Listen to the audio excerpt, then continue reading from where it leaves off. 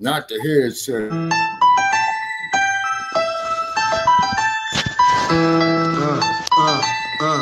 The Democrats don't speak for me. Speak for me. Speak for me. Republicans can't speak for me. Speak for me. Speak for me. A bitch ass nigga can't speak for me. Speak for me. Speak for me. You coon ass niggas can't speak for me. Speak for me. Speak for me. Listen here, this is a fact of life. I be rapping like Nat Turner came back to life. Grab Donald Trump by the pussy, he ain't acting right. I never run from a conflict, I be glad to fight. It's a very cold world that we live in. Somebody please tell Elizabeth you're not an Indian. You just trying to con them people to get the benefit. Just another immigrant, stealing from the Indians. That's some punk ass shit and that's too lame. Now we finna step over to Andrew Yang. And you a sucker, you can never speak for black folks. Fake ass pandering, trying to get the black vote. The Democrats don't speak for me. Speak for me. Speak for me. Republicans can't speak for me. Speak for me. Speak for me. A bitch ass nigga can't speak for me. Speak for me. Speak for me. You coon ass niggas can't speak for me. Speak for me. Speak for me. You know your boy be high off sativa. Kamala wasn't popping, so we said bye, Felicia. She ain't had a right policy. We ain't trying to meet her. Y'all can take Biden too. Bye. We don't need her. We don't need Roland Martin or that coon Al Sharpton. Didn't need Cory Booker from the start, man. I don't fuck with police and no snitch. You know I'm coming with the heat when I spit it. The Democrats don't speak for me. Speak for me. Speak for me. Republicans can't speak for me. Speak for me. Speak for me. A bitch ass nigga can't speak for me. Speak for me. Speak for me. You coon ass niggas can't speak for me. Speak for me. Speak for me. If you ever go to court and this is your luck, try not to get fucked by Benjamin Crump. I know it's hard. You and all go is hard.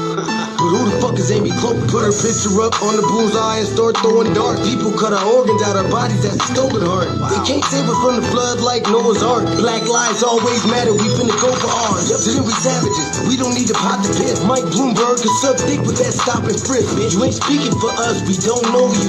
Bernie Sanders, they get your funky ass on too. The Democrats don't speak for me. Speak for me. Speak for me. Republicans can't speak for me. Speak for me.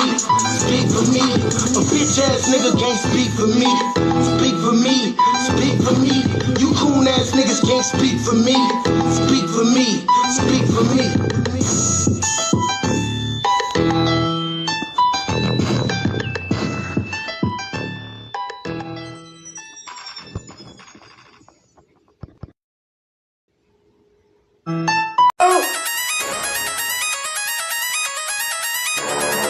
I'm talking about shout it going crazy. People.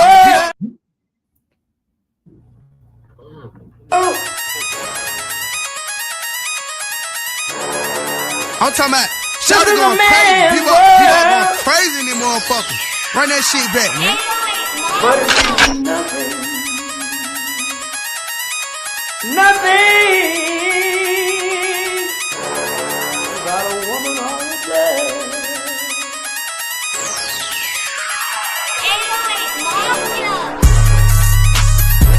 Man made the car.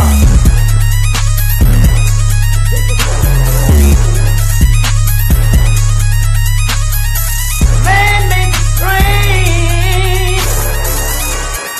to carry the heavy load. Man made the electric light to take us out of the dark. Man made the boat for the water. Like the seven no meter. Man thinks about a little bit of baby girl and a baby boy. And man makes them happy because man makes them joy.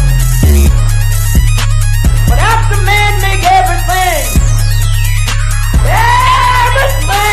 we can, do you know that man makes money?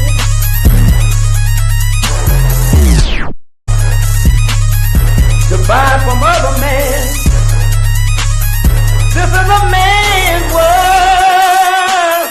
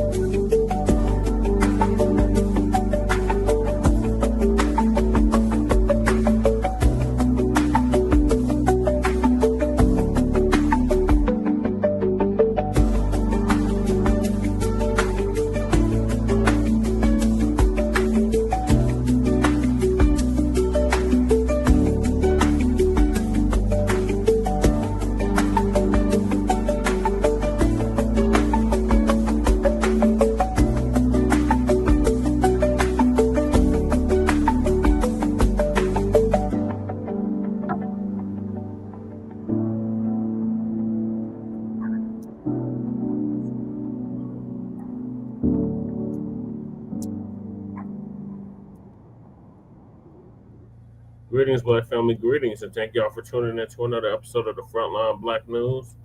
I'm your host, Chan Croman. I'm joined with the other host, Lady Che. She's in the background. Say hi to the people, Lady Che. I felt it. Yeah, she fell, so she's taking it easy. And we got Shabaka, our West Coast correspondent, also in the building. About Crawford. And yes, sir. Okay. Greetings, family. As we all do know tonight, that Terrence Crawford has become the 168-pound super middleweight champion. He defeated Canelo Alvarez, although I did not see the fight because it was on pay-per-view. Okay, cannot take nothing away from Canelo Alvarez. Okay, Mr. Alvarez did make 100 million. Huh? We saw the fight. They went all 12 rounds, but I still got to go through the intro. So thank y'all for tuning in. Okay. Episode 44, part 1 of the Frontline Blacc News. And we'll be discussing several topics. The first topic is the tangibles. This is the year and the decade of tangibles.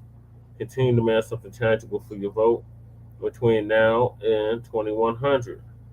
Then another white supremacist bites the dust.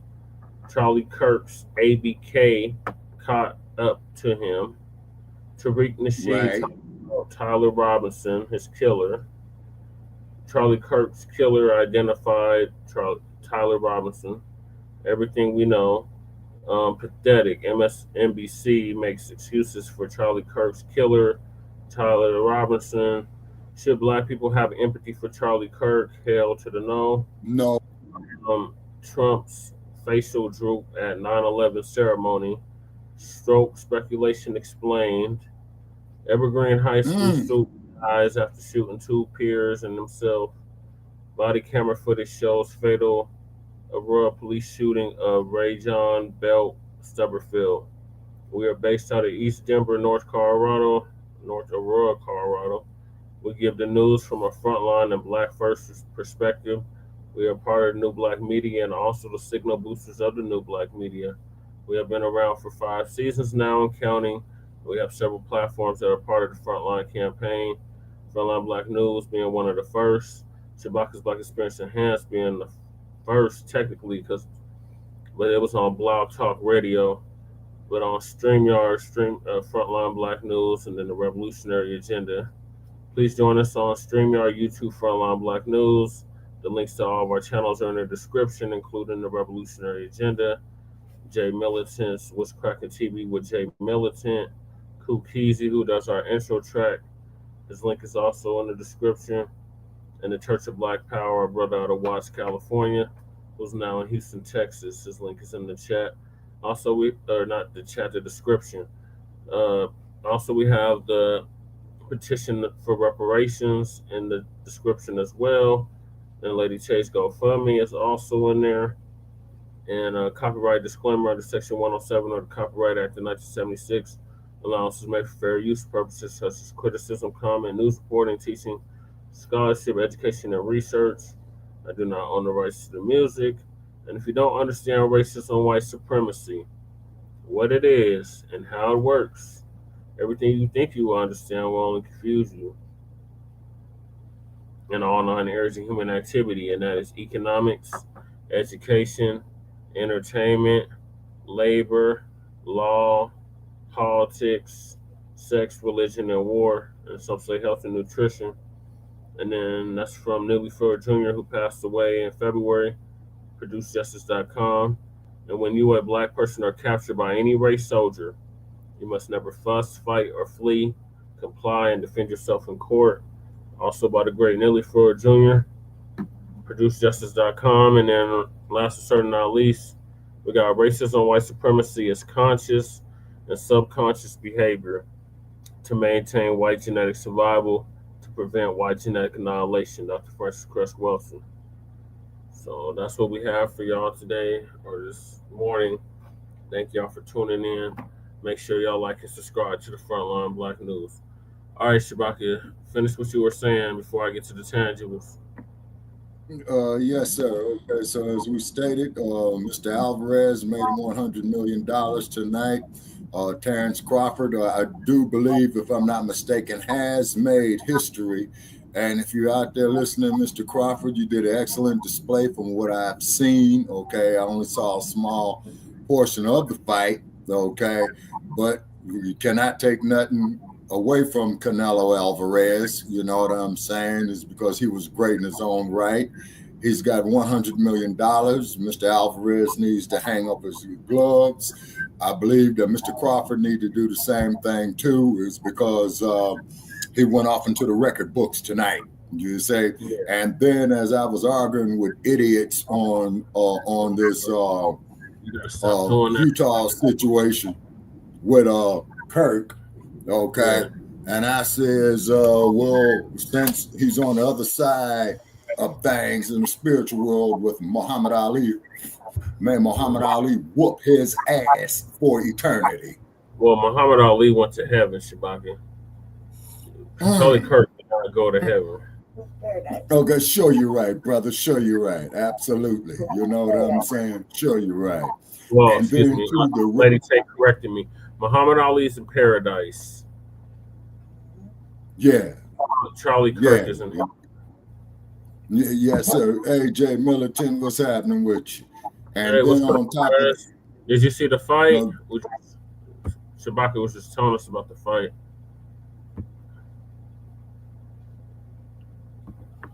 Uh-oh. Yeah, and I checked my sources in the industry. You know what I'm saying? It was a sellout crowd. You know what I mean? Yeah. And what have you? The freeway traffic got real busy. You know, from LA Seen a lot of to celebrities there.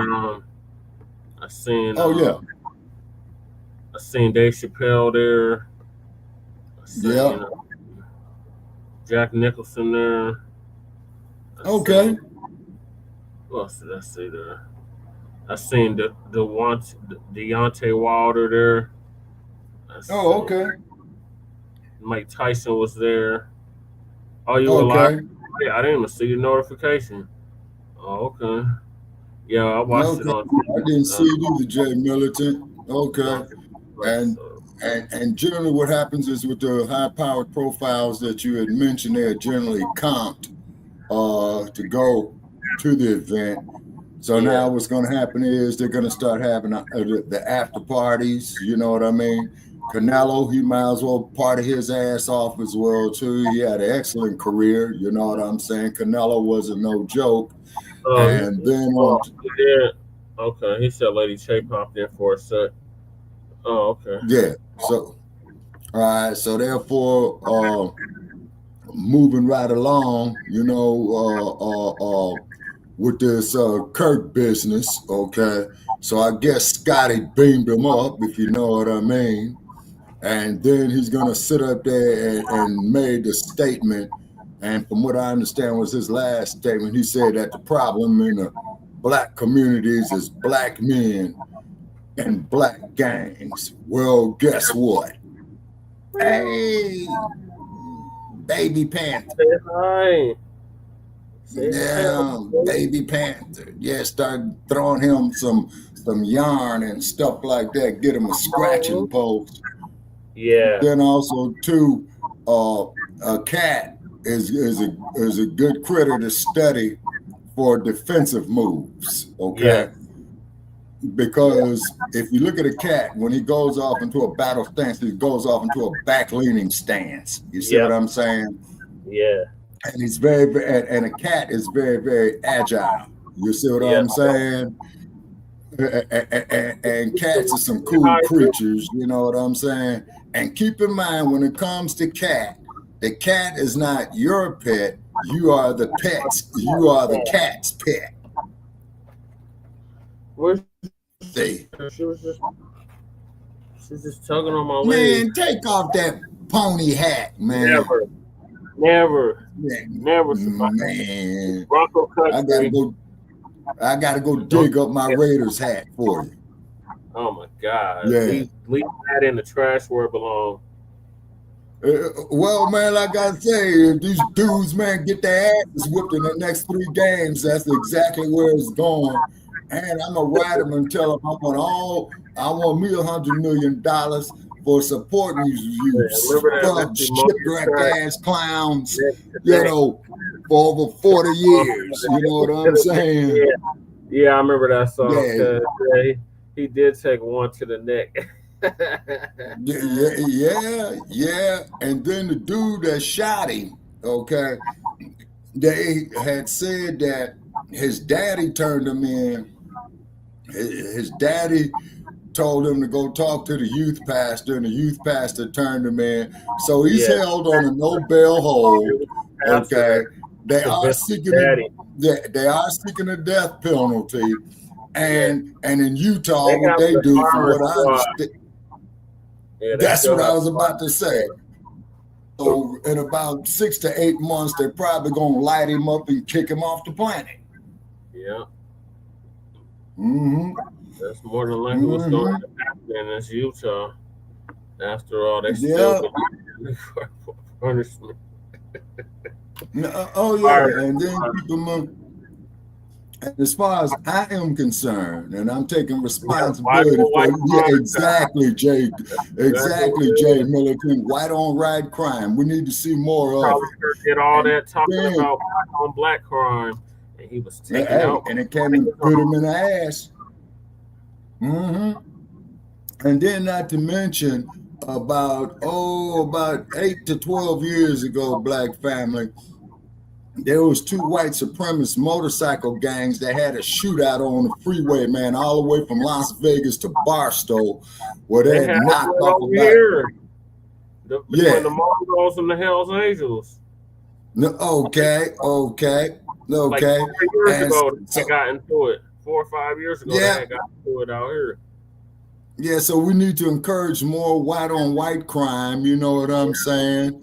That I hate to say, but due to the political fervor that is coming to us with this orange dude, you know what I'm saying? We will be stupid. There was white on white crime for the orange dude.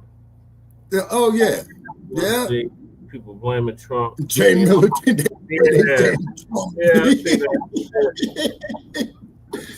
But Jay Militant, I don't put nothing past that orange dude, you know what I'm saying? And then Brother Chase said is that he's got some health issues going on. Yeah. This was MAGA on MAGA crime. Yeah, and then J.D. Vance, okay?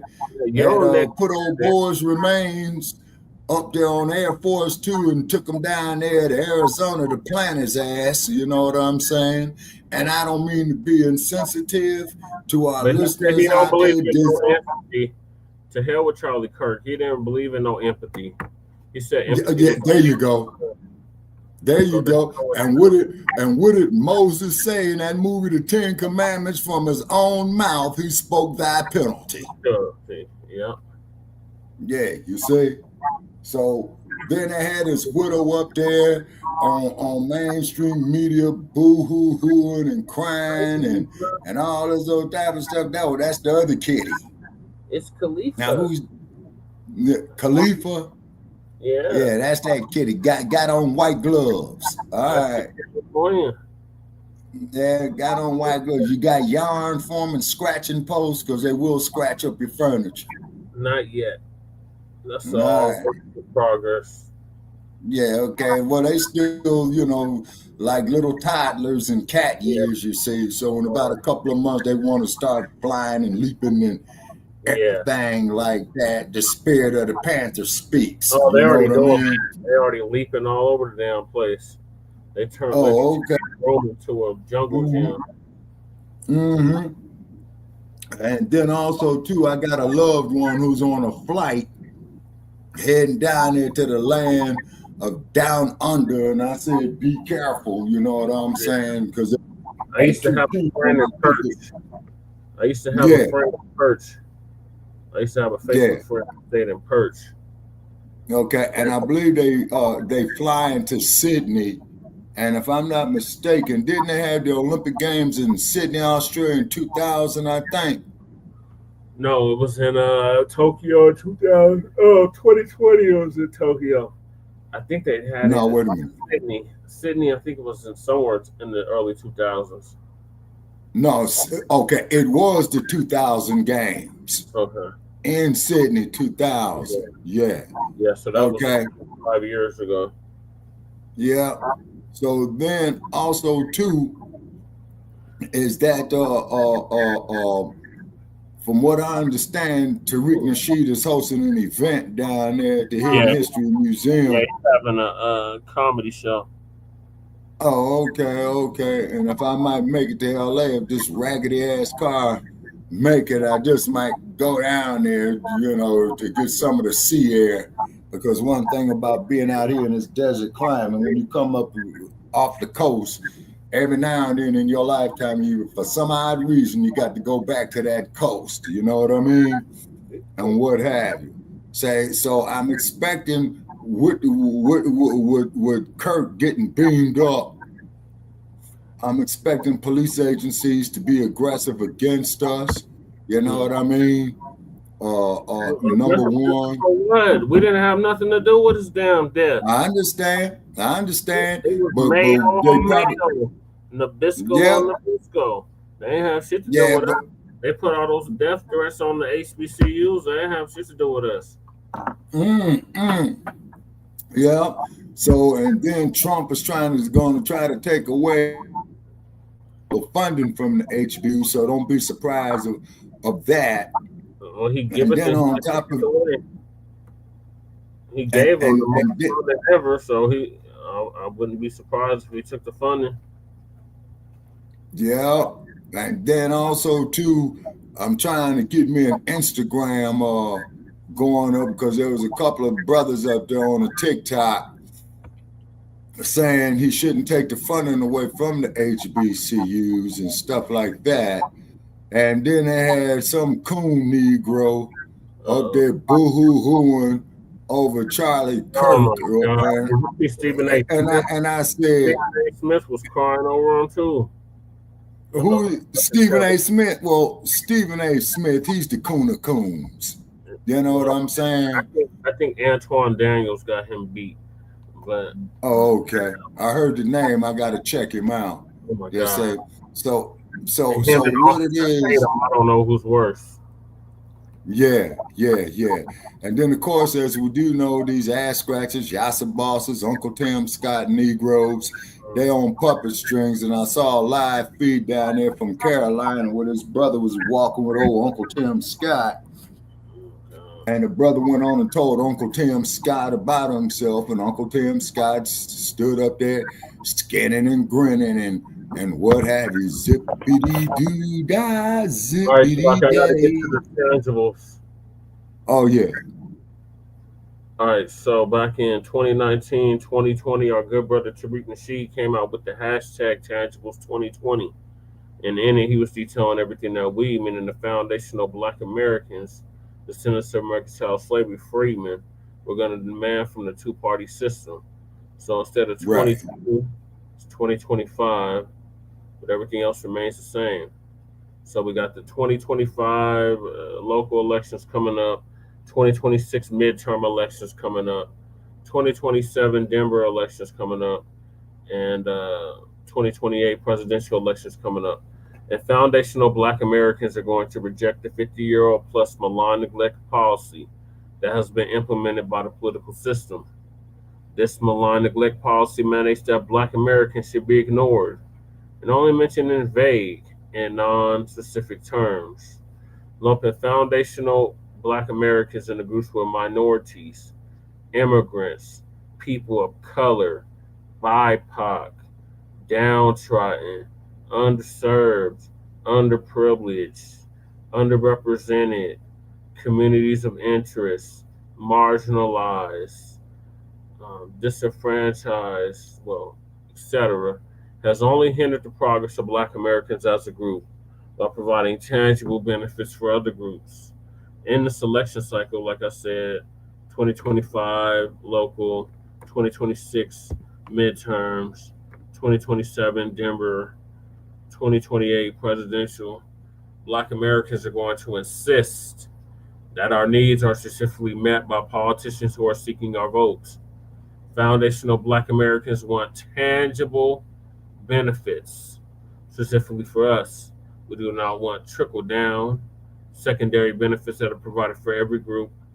Every group has not been systematically marginalized and disenfranchised in every area of society as foundational Black Americans. So we refuse to be lumped in with groups lost in the system of exploitation and disenfranchisement of Black Americans. So politicians must offer tangibles, specifically the foundational Black Americans, or we simply will not vote for them. Be sure to spread this message far and wide on social media using the hashtag Tangibles2020. And that's exactly what we've been doing for the past 5 years, Black family. Spreading that hashtag far and wide. Yes, Stephen A. Smith is a token. What did you say? Yeah, he's their favorite token. That's right, Jay Militant. Yeah, he's their favorite token, you know. And then, but let's look at it, Black men. As much as we want to, how should I say, do horrible and terrible things to these tokens, if anything, they are to be sympathized for, but don't let them in your business. Raccoon. No. Yeah. Okay, no, don't get me wrong. Yeah, you're right, Brother Che. They should be checked. You see what I'm saying? Because, like Professor Black Truth always said, the opposition always breaks their power tools. You know what I'm saying? Break their tools. Power tools. They always, yeah. Oh, yeah, I'm sorry, my bad. Yeah, white supremacy always breaks their tools. Right, not the power tools. You see what I'm saying? Keep your power tools in order, okay? And brothers, if you out there, you know what I'm saying, with your woman, when you walk down the street, always keep her on the inside. Right. Have your woman have something in that purse, you know what I'm saying? Have something on you, but let the sister have something in that purse in case you need a backup, you know what? You know what I'm saying? Yeah. Say, so you got to fight intelligently, you see, because as I said, and I'm not throwing no salt on anybody, but I said it for the last 2 years, Brother Che, these crackers are coming. You see what I'm saying? When did they stop coming? Well, you got a point on that one too, but I'm thinking now with this Captain Kirk syndrome code name, if you know what I mean. Okay, that they want to get even more aggressive with it, because I saw another Tiki Torch rally. That's how they're gonna do. Like we did 2017. They don't really want it with us. No, they don't. No, they don't. You say, but the thing is like we have said, you know, I'm calling on, you know, the crews in the community.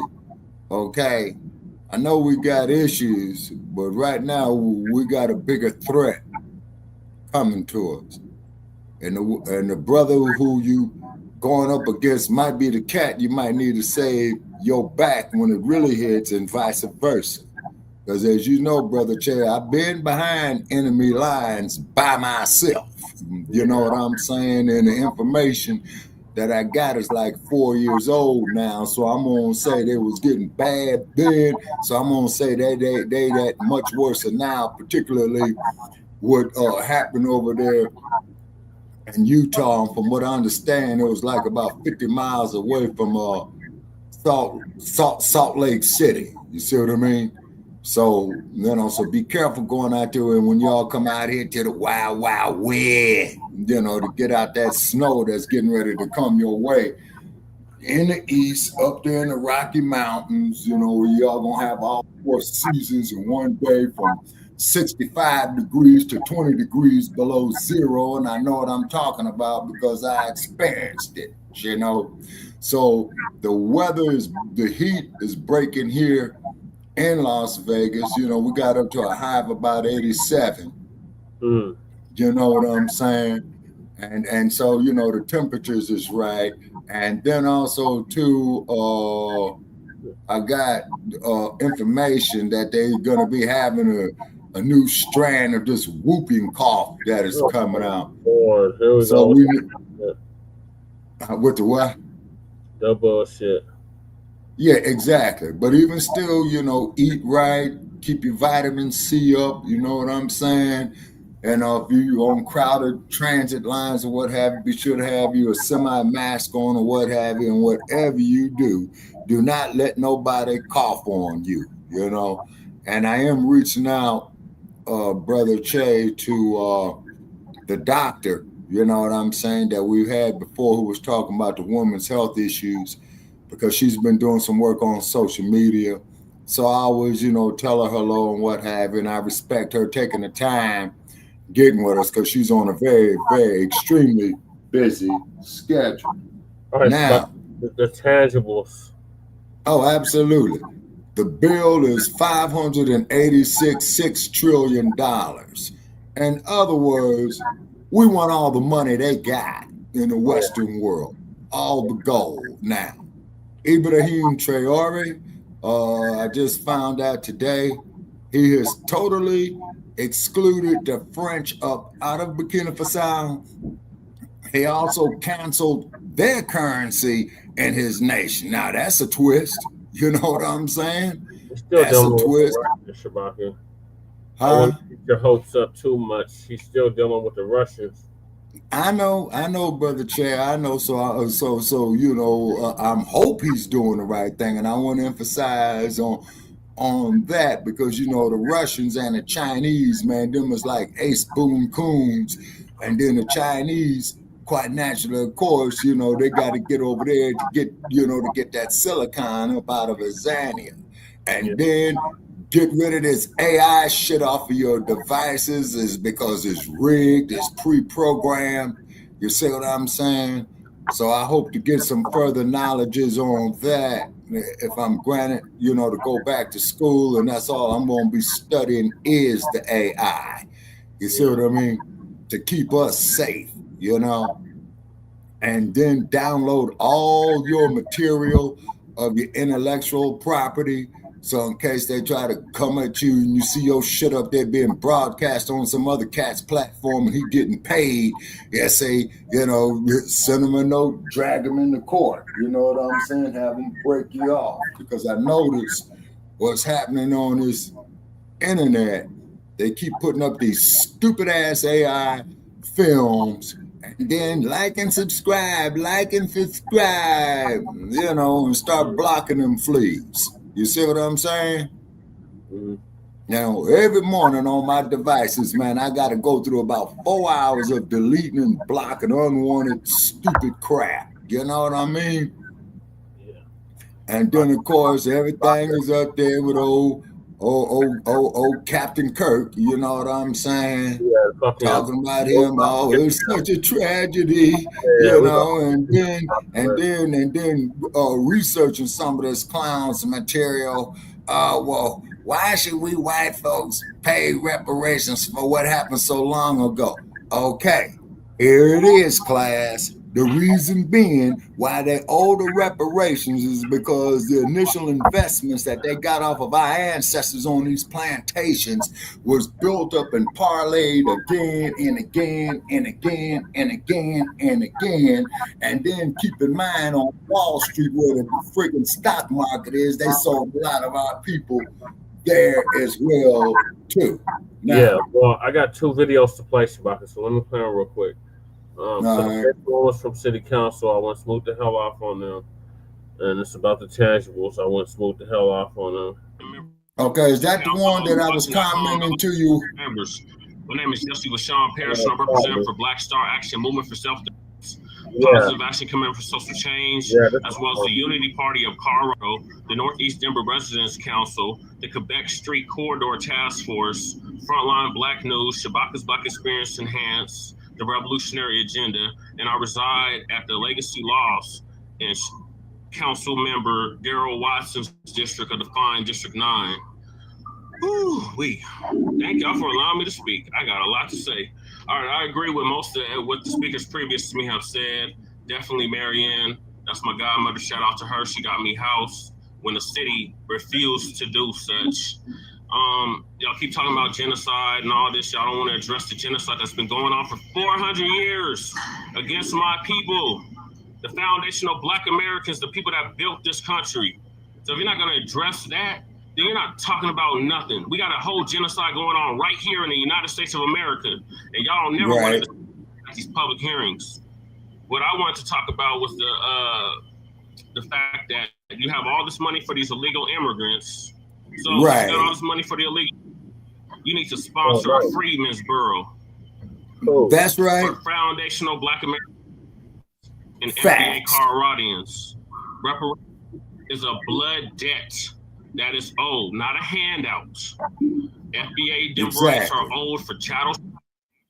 Yes, chattel slavery. Yes, Colorado had slavery. Yes, our legislative officials had slaves. Yes, they did. So we're owed for that.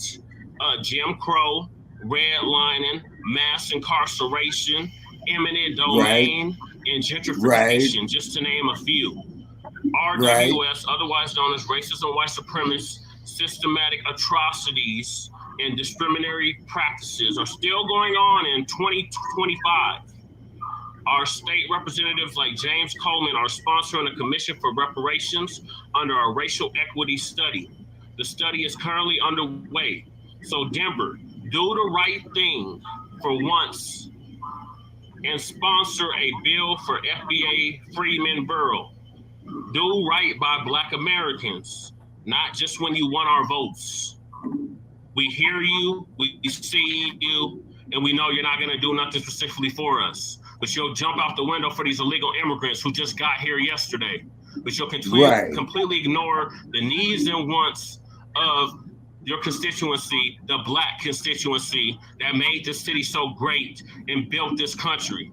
So if you really want our support in the midterms, because the midterms are coming up, Democrats, if you want our vote, do the right thing and support reparations for freedmen. Exactly. And the quote you is your classic line to end that, brother Check. And because, you know, and we're not going to support you unless you are doing something for us. You see what I'm saying? Right. And that's for real. So I'll let the reparations people have it too. Let's see. Oh yeah. And then also too, we do got to focus on what we do to ourselves. And the reason why I'm gonna start emphasizing on that, basically what I'm saying is we need to start circling our wagons. You know what I mean? Yeah. Because we all we got when it comes down to it, you know. Whatever internal conflicts that we got, people, please, let's put that there on hold first. We got to defend ourselves, our mamas, our babies. You see what I'm saying? The unborn babies. You see what I'm saying? The Panther Cubs. You see what I mean? And what have you. And keep in mind, for all you haters out there who crumb bomb on me to hit my inbox with your racist diatribes, this is not hatred. You have to understand, if you want to ass scratch and yassa boss, you don't come see us. You don't go see Jay Militant. You see what I'm saying? You don't go see Twin. You don't go see Jab Jamboree. Okay? Right. You go to them coons. Check them, the Uncle Tim Scotts. Like Jeff Farts. Candace Owenses and Jeff Farts and Kamala Harris's and what have you. And Sister Maxine Waters, okay, ma'am, I'm going to ask you to resign your seat in the Congresses because you are up in age, okay? You put in a great fight, sister, for the last 40 to 50 years that I know of, okay? But now, sister, it's time for you to pass the torch on down. You did an excellent job. You did the best that you could with what you had to work with. You see what I mean? And old Donald Duck, man, you're a piece of work, Donald Duck. You know what I'm saying? And I didn't vote for you. Won't be voting for you. I'm not voting for J.D. Vance or any of you reptilians, and you Democrats, we putting you on notice too to do the right thing. My question. I was in the room for the second time. this actual session.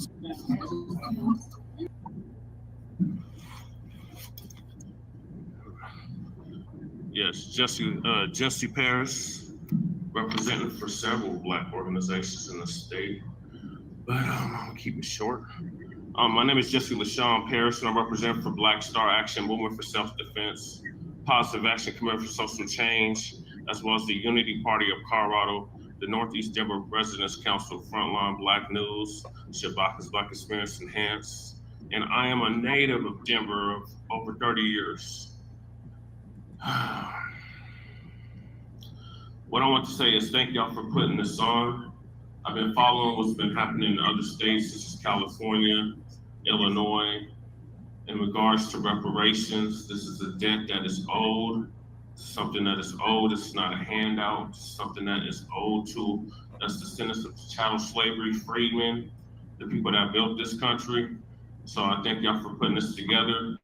I say I brought my life experience to this. That life experience has taught me that we still live under a system of racism and white supremacy that controls all 9 areas of human activity, which is economics, education, entertainment, labor, law, politics, sexual and religion, and some say health and nutrition. And that's from the great Nellie Furr Jr., who just transitioned in February. My question is, how long is this study going to take before we can get some tangible policy in regards to our reparations? Jesse, thank you for your question. You've been very vocal and visible. I've seen your hearings and I appreciate you. This question is going to part of the discussion we're going to have briefly. We are part of the historical part of the study, so it's 3 parts. It's the study, that's 2.5 years. We turn over this study that will actually document any harms, disparities, policies, systems, all those things that affect. Hey, Michael, thanks for stopping in. The core areas that you all been talking about today. That's then turned over to the Racial Equity Commission and Senator Coleman and the governor. Michael said he challenged Maxine Waters. Third party. Okay, Michael, what did you challenge her to? We're not a part of that process. We're working in tandem with that. To support reparations, the persons who are currently serving. Oh, okay. All righty. Yeah, he did wise. He did wise. He did wise. Been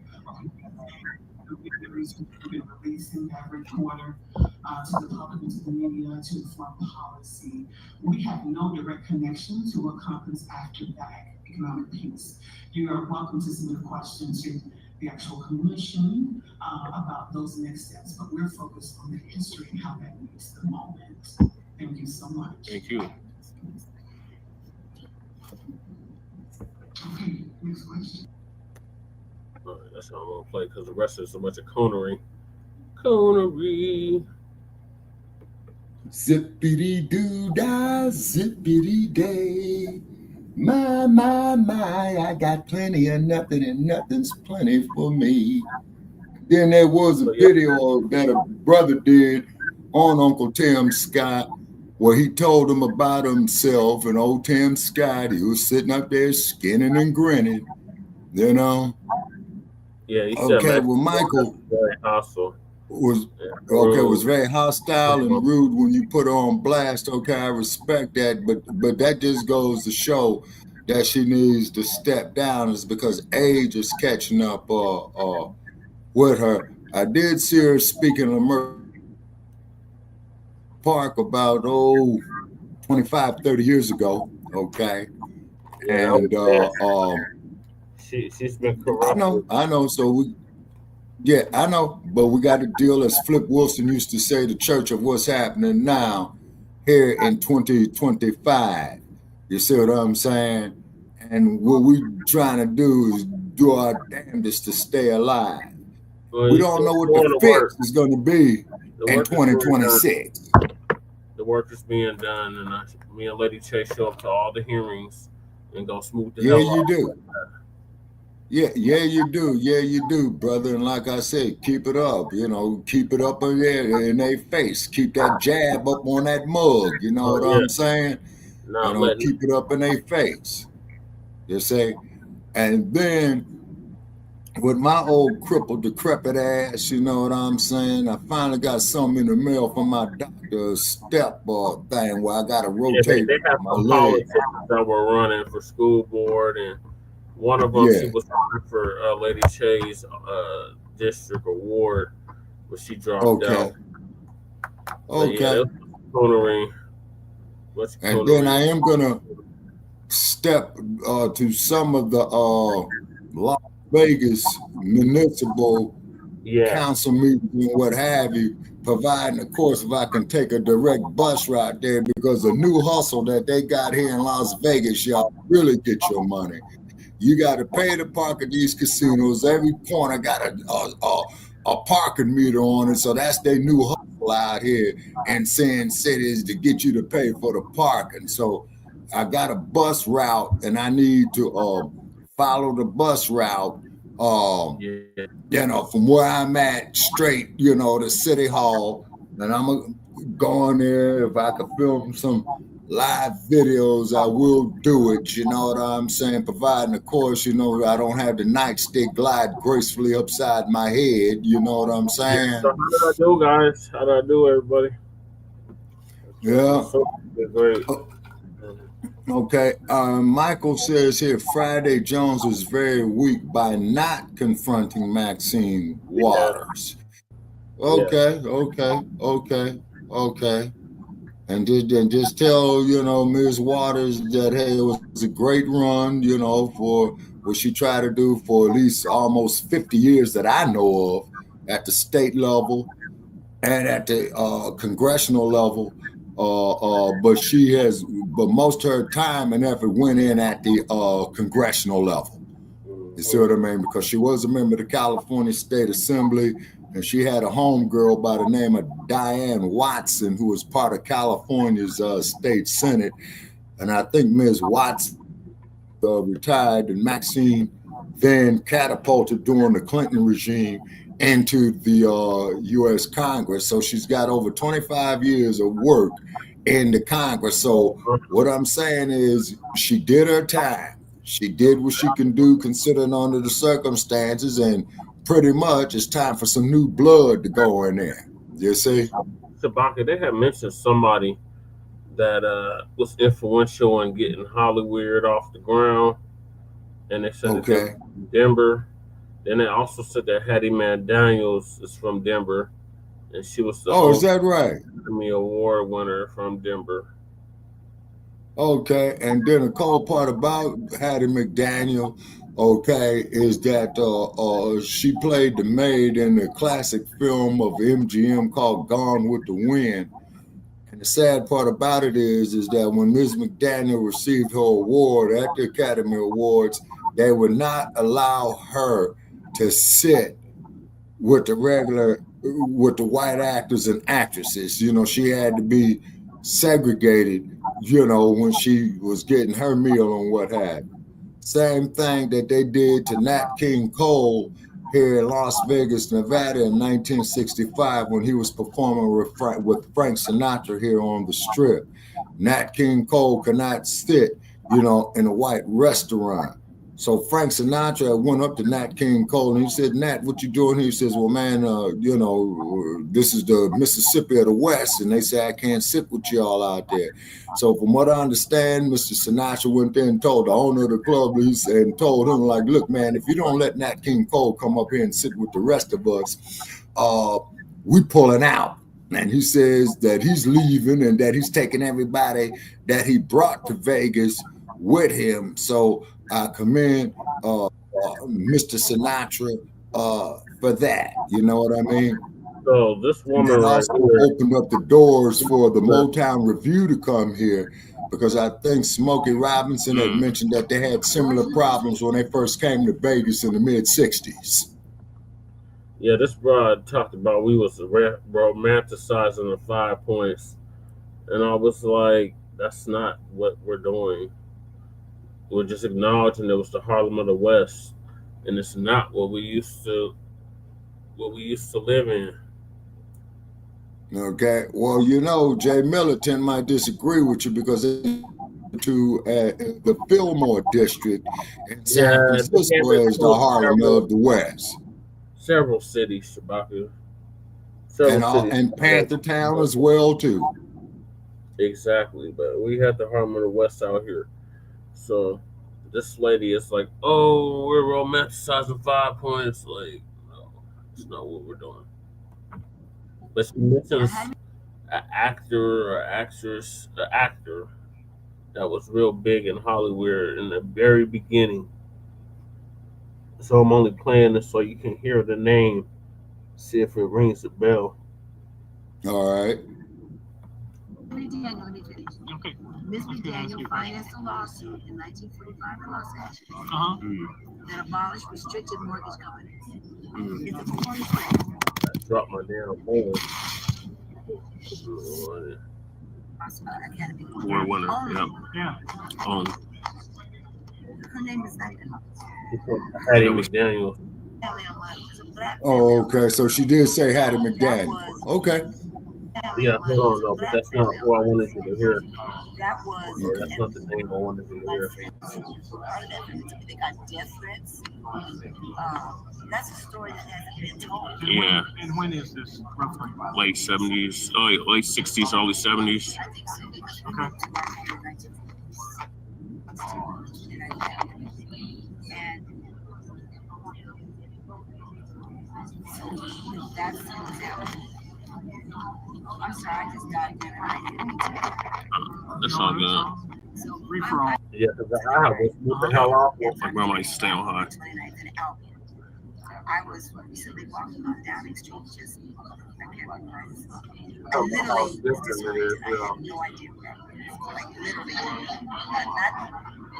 not emotionally. I literally did not know where I was. From apartment buildings going up? From everything. Everything. And that's why I'm saying they're not going to take down multi-million dollars. They're not. So this. We had gotten into it because I was like, well, if they pay us our reparations, then we can take it all back. And she was like, no. And I'm like, no, if they pay us our reparations, we can take it all back. Yeah. Not to take them down, but they can put us in them. They're literally sitting vacant. We have 26,000 vacant apartments. I ran for office 3 times. There's 26,000 vacant apartments in the city. They're not going to mix low income with I know. $2,000, $3,000, $4,000, $5,000. I know. I know, but if they pay us our reparations, that won't even freaking matter. We'll be able to buy that shit all outright. Outright. And get the deed on it. And prepay the property taxes on it for 5 years. So in that 5 years, you can accumulate and amass more wealth. Right. No, it's okay. And we're being dispersed. Surrounded by coons and coonettes. Communities are being lost. We're just associated with one another. So our structure to support one another is literally evaporating. So that is going to harm us. Are there new communities forming? How can they? Because those communities, first of all, I'm a 4th, 5th generation Democrat. My father hated 5 points. He hates a plantation. It was where we had to live. And we made the best of it. How are you going to be black and hate 5 points? That doesn't even make no sense. Yeah, because that there's the Harlem of Denver, ain't it? Ain't that the South Central of Denver? Because I remember when I was down on Welton, I was looking at historical photographs of the Black history in Denver, where y'all had the Miss Black Denver beauty pageant. Then down there, Fern Hall, you said that it was no longer there because Fern Hall is where Sonny Liston had trained before he they got rid of Fern Hall. Oh man. And then keep in mind too, Black families, that Sonny Liston was a great heavyweight champion. What made Sonny Liston so great as a heavyweight champion, he was always beating the shit out the police, and after he whooped their ass, he'll throw them in a trash can. Yep, he sure did. All right, so this lady, she's just like all over the place, but I want to hear the part about the Hollywood Okay. Real But interesting. it's kind of like a little bit too low, brother Che. I know there's nothing I can do about it, Shabaki. That's just the acoustics of the room. We didn't have microphones at the table, so I tried to get as much. Yeah, we did. Okay. Well, it was the Harlem of the West, so I wouldn't call it romanticizing. Well, my father. Okay. See, I had to check her on that because I'm like, oh, it's already some bourgeoisie upper. The gatekeepers. Yeah, what is it called? The high sedity shit. My Okay. dad said that 5 Points was a plantation. Are you serious, lady? Because that's where we were restricted to live. So we couldn't live outside of 5 Points. So my dad said it was like a plantation. I'm like, oh my God, Lord have mercy. He used to take me and show me where black people, different tech centers, black people on farms, Commerce City, they own farms. There were, we haven't been allowed. So this table I was at was about wealth and equity. So right. About wealth and equity and how we've been dispersed throughout Denver and surrounding. So we don't have a central area anymore, and we've lost a lot of property and we've lost a lot of stuff over the last 30 years. Okay, it wasn't Mount Bello a black community of yeah, it was. It was. Yeah, because that's why I met. Yeah, because I remember I went through Mount Bello one time, and that's why I met Chauncey Billups. You know what I'm saying? Yeah, I know Chauncey's whole family. Okay. Yeah, it was at one point. It's not no more. It's Mexico now. Mm-hmm. They channeled us into this romantic myth about how awesome life was like in the plantation because you could not live. Getting on my nerves with that shit. I'm like, okay, I get it. You don't like 5 Points, but what the fuck does that have to do with this? Yeah, and wasn't Condoleezza Rice from Denver too? Yep. I remember when the Black family chapter. Yeah. I know the Chapmans. That was You're talking about the first black family that moved across Carl Boulevard in the 60s. That was okay. Like when black people in LA was moving west of Western Avenue. Right. Like that. Yeah. Like Western Avenue is like late 70s, late our 60s, Carl early Boulevard 70s. is like we on Western Avenue. Yeah, Western Avenue was pretty long because Western Avenue would take you all the way from Boulevard, man, all the way out there to the harbor. That's the stretch, man. Carl Boulevard runs north, south, east, west. Yep.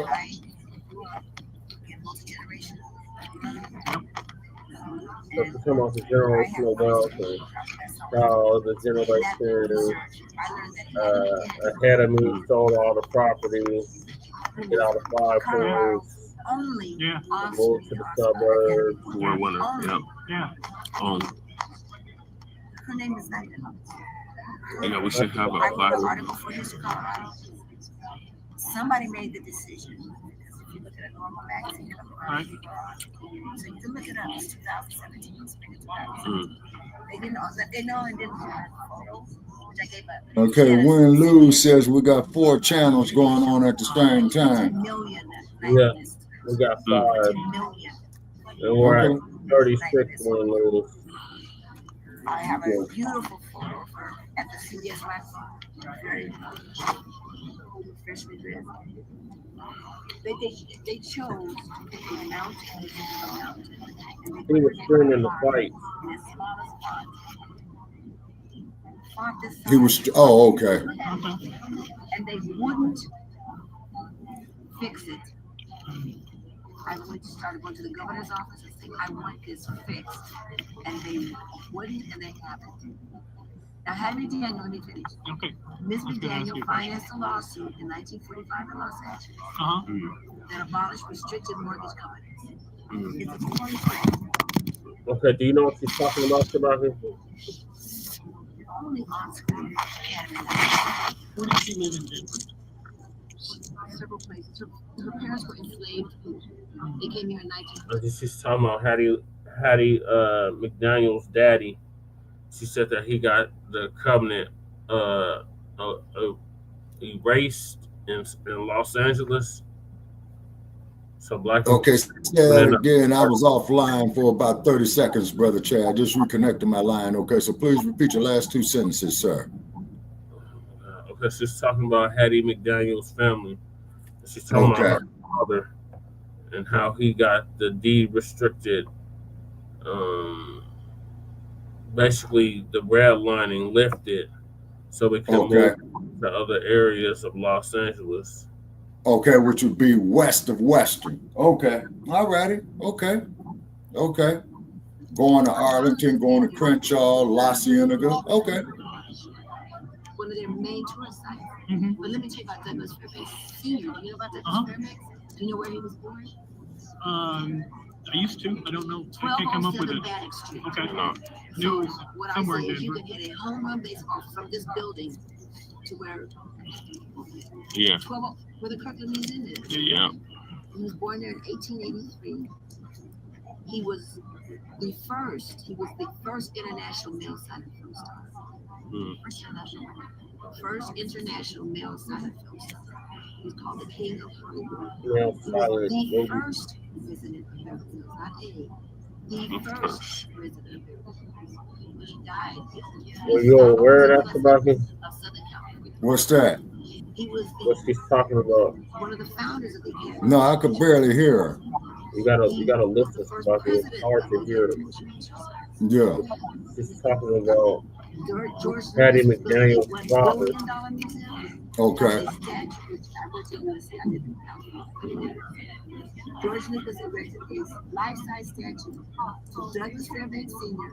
in the courtyard of USC Film School because Douglas Fairbanks Sr. born 27 Main Street, founded USC Film School, which was the first in the nation. Wow. His name here, he was a black man. He was people don't know, he wore white makeup. Douglas Fairbanks Sr. He wore white makeup. And what you know what you he will not say his name here. George Lucas, who erected that statue, his billion-dollar museum is opening next year. Now, if George Lucas can give him respect, why his car, where he was born is right there. Well, I'll look into this, okay? Because I don't know that Fairbanks part of the story, so we'll look into it. So go ahead. Yeah, I would like to hear from you. Yes, go ahead, sir. All right, that's how I want to play. So, all right, so continue to mass up the tangible for your vote, Black family, between now and 2100. Yeah. Now, offering you no tangibles, a waste of time voting. They kept trying to get us to vote. Telling me, you need to go vote. You need to go vote. And I'm like, looking at them like, yeah, we're going to vote for something tangible. Otherwise, we're not voting at all. Exactly. Hunter Risa Rice is against reparations. Of course she is. Her daddy went to school with my dad. My dad used to play basketball with her dad. Yeah, well, I'm disappointed in her. You know, I really am. And then, of course, you do know that she's, I believe, down there at Stanford University on, not the border regions, but she's got a real high post at Stanford University, and Stanford University is a private college. You got to pay big money to go to Stanford. Yeah. All right, let's get to this white supremacist. Unless you have something else to add on the tangibles, but I think we pretty much summed it up. Okay, now also too, what I do want to say on the tangibles, we also got to be conscious of producing capital equipment, because what came across my desk today, what Ibrahim Traore did is that he shut down the internet in all of Africa. You see what I'm saying? And they're a little upset with that. You know what I mean? Internet in all of Africa. You mean in Burkina Faso? You can't shut Yeah, down or the the internet. Sahel. Yeah, in the Sahel region of it. So, but you know, he's still dealing with Putin, and that's not good. You see what I'm saying? Because the Russians don't dig black folks either. What does that have to do with the tangibles here in America? In the United States, if we're gonna vote for something tangible. Yeah, exactly. Or in the quote you, they ain't giving up no tangibles. You see what I'm saying? Then stay on the couch, like what Uncle Phil said. You see what I mean? Yeah. All right. Because so basically, all right. Charlie Kirk has caught ABK. His ABK has caught up with him. ABK is anti-black karma. Oh yeah. Oh yeah. Yeah. Well, gonna give us an update on that. All right.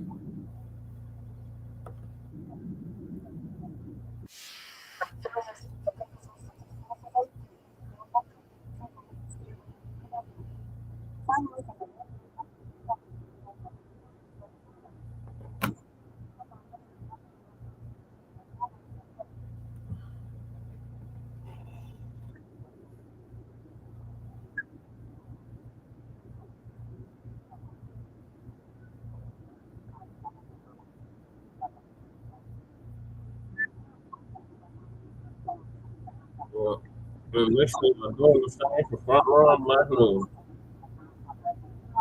The Church of Black Power.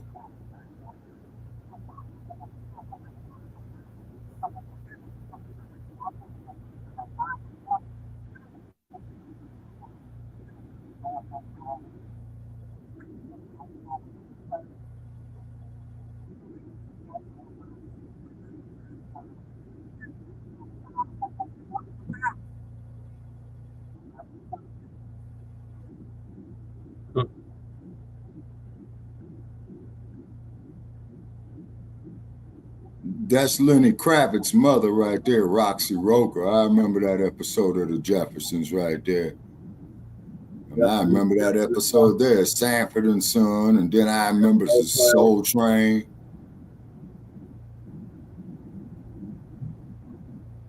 And Soul Train is where Fred Berry got his start. Dancing on there, the brother who used to be on the TV show called What's Happening in the late 70s, I believe. Yeah, one of the actors died from there.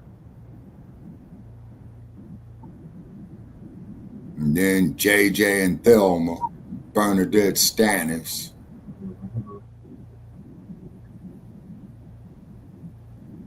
Angela Bassett, yeah, I forgot the name of that movie, yeah. Jaleel White, very talented actor. You ought to see him kid and play. And you ought to see Jaleel White in other shows that he did besides that Steve Urkel bullshit.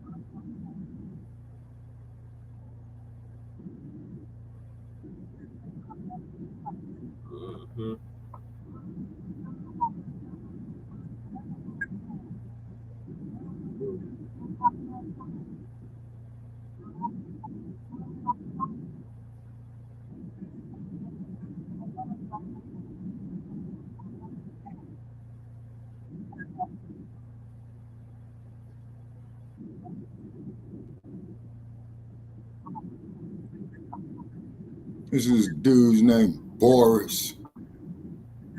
Now, he looked like a Boris. You like singing it. Yeah.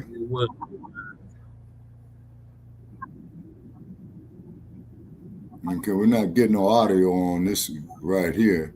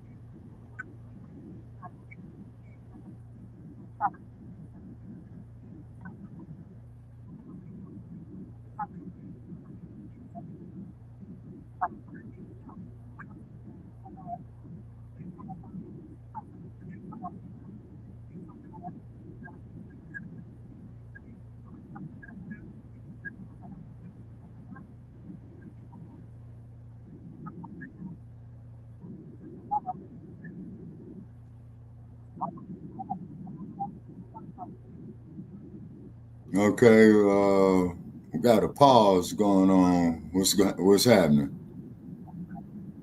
You can't hear it. You don't hear the video? Nope, I can't.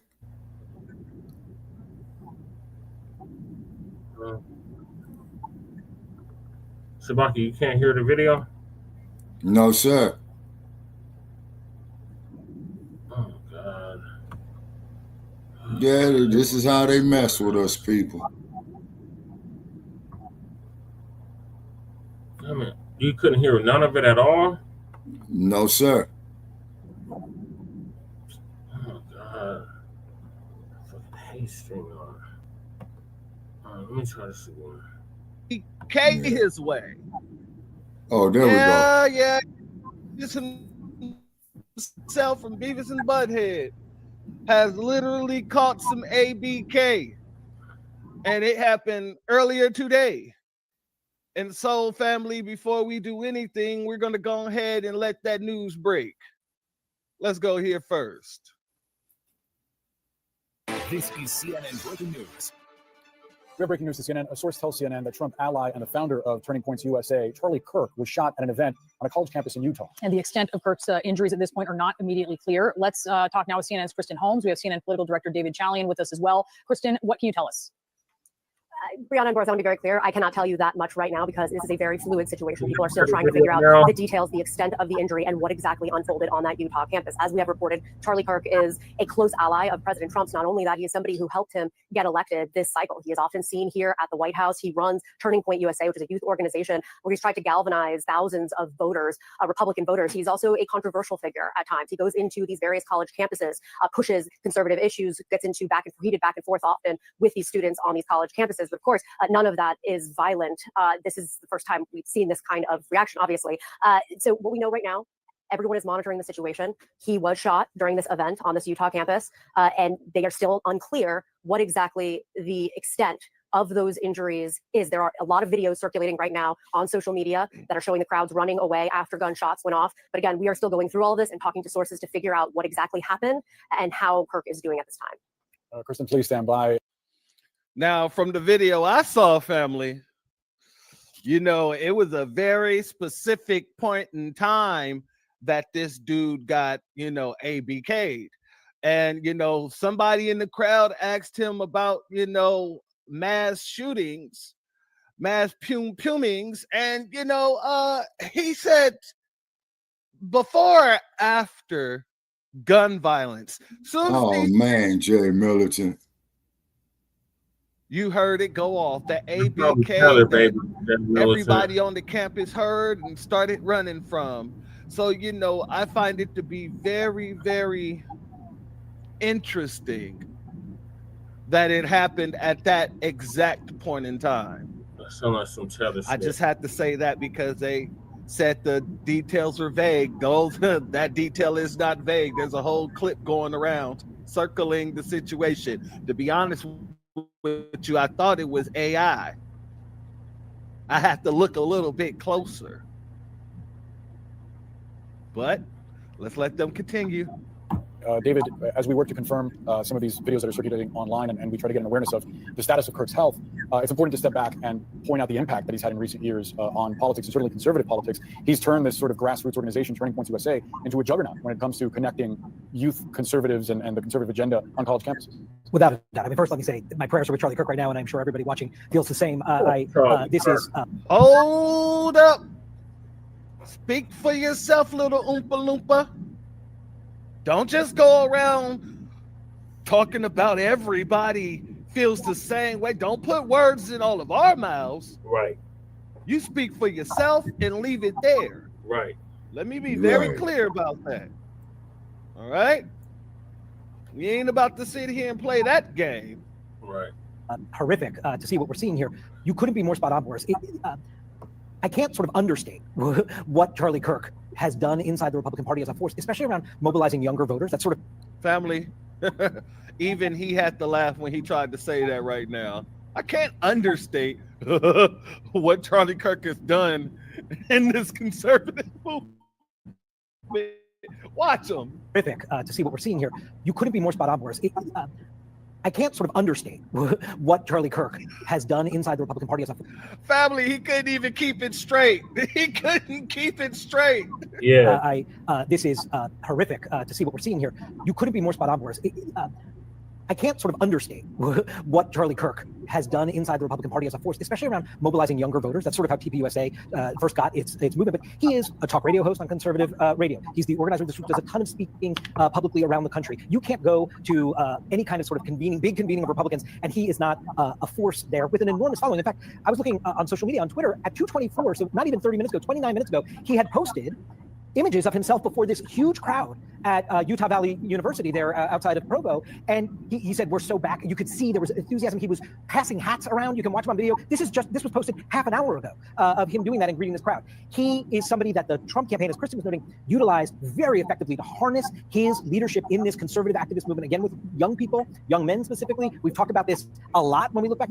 Charlie Kirk is the heart of that effort. They relied on him and his organization a lot for their ground game in a lot of the states around the country. And so this is somebody who obviously has a huge voice inside conservative American politics, a big Trump supporter, but obviously now in this really unfortunate, horrific experience is going to be at the center of a conversation about political violence, I would imagine, that we're going to be having in the aftermath of this horrific event. Certainly. And there's a lot of reason to be concerned right now as we do not know his status. We don't know how he's doing, and we're waiting word certainly of that. As you mentioned, it says a lot about where we are as a nation when it comes to violence and politics.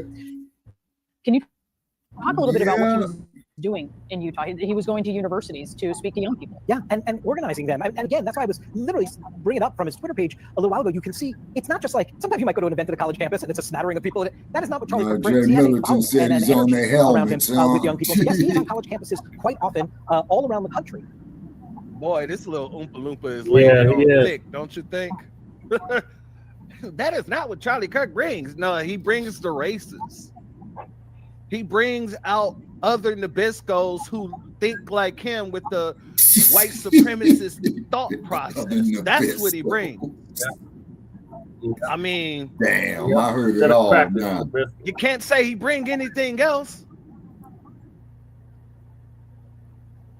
What can you name that he brings to the party outside the younger white supremacists? Nothing. A bunch of damn cheddars. That's the following that they're looking at. A bunch of cheddars doing this kind of political organizing, in addition to his sort of speaking at places like CPAC or other big events. He is big on college campuses. And as I was saying, the Trump campaign has harnessed him into his network of followers in terms of their ground game operation in his last campaign. It was fundamental to their success. And to that point, he spoke at the RNC in 2024, and we just saw a tweet put out by J.D. Vance, the vice president, saying, quote, say a prayer for Charlie Kirk, a genuinely good guy and a young father. I believe yeah, right. That we're joined now by CNN senior law enforcement analyst Charles Ramsey. And actually, before we get to Chief Ramsey, here's a post from FBI Director Kash Patel. We're closely monitoring reports of the tragic shooting involving Charlie Kirk at Utah Valley University. Our thoughts are with Charlie, his loved ones, and everyone affected. Agents will be on the scene quickly, and the FBI stands for the ongoing response and investigation.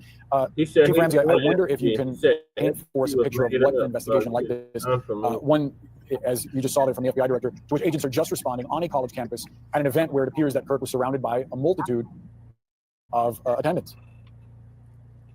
Well, obviously, there's a lot we don't know yet. This just occurred, but they would do everything they can to contain the scene. The shooter may very well be someone who is being held by other members in the crowd. We don't know that. Hopefully, his injuries are not too severe. So I'm sure. Oh, family, just so you know, the shooter is in custody. They have caught the Nabisco that let off on the other Nabisco. It's Nabisco on Nabisco crime. But when Trump talks about it, when they talk about it at the White House level, I guarantee you they won't be talking about it the way they're talking about the situation in D.C. I guarantee you they won't be talking about it the way they're talking about the situation in Chicago or Boston or any other place that is predominantly Black populated. They're going to make this a whole nother one-off situation. This is another mass shooting, another mass. Well, it wasn't a mass shooting, but it is still another Nabisco crime. Yeah. Let's be very clear about that. It was an open shooting. I wonder if Trump is going to talk about sending the troops over to Utah. I doubt it. Salute the FBI freebie. He said, "What you say, Captain Kirk? Beam me up, Scotty, to the stars." Yes. That sounds like somebody read my post right there. See, that's about the 12th time that happened, Brother Check. Hoping that that's the case. But right now, it's a case where they're going to bring in resources to do what they can. It was a large gathering on a college campus. So no doubt you have a lot of witnesses that need to be interviewed, but you have a crime scene now. And that crime scene has to be protected. The crime scene has to be processed. So all the things that you would typically do in any shooting incident, you would be doing right now. He's a very high-profile individual, so it's certainly going to draw a lot of attention. And Chief, can you talk a little bit about what security would be like at an event like this on a college campus? I mean, he's not a politician, right? But he's someone who is so adjacent to some of the biggest names here in Washington. And we have seen this uptick in political violence. What would security be like, would you expect? You see how they just tried to frame that, family? Yeah. He's not a politician, but yet this is political violence. Nobody knows why the shooter had his own what his motives were or anything like that, or at least they haven't released the motives of the shooter, but yet they're trying to make it very clear that it's political violence after the woman says out of her own mouth, he's not a politician. He's a race baiter. That's what he is. Yeah. In case nobody else knows it, we know it here. Right. In the new Blacc Media, the man is a race baiter, not a politician. Right. So how could it be political violence? No. It's violence nonetheless. Yes. Not political violence, or at least you can't just jump to that conclusion until the motive actually comes out. Yeah.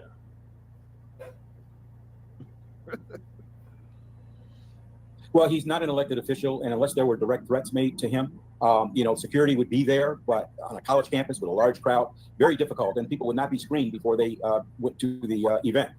So I'm sure there was not only university police, but probably from their county sheriff or local police that were present on the scene. But when you have a large gathering like that, and again, he's a controversial and high-profile individual, but he would not get the same kind of screening that a president would get, a vice president would get, or some other elected official. So again, I haven't seen the scene. And why should he? Like I said, he has nothing to do with the people. Salute to you. Going over Charlie Kirk getting his ABK. It has caught up with him. ABK is anti-Black karma.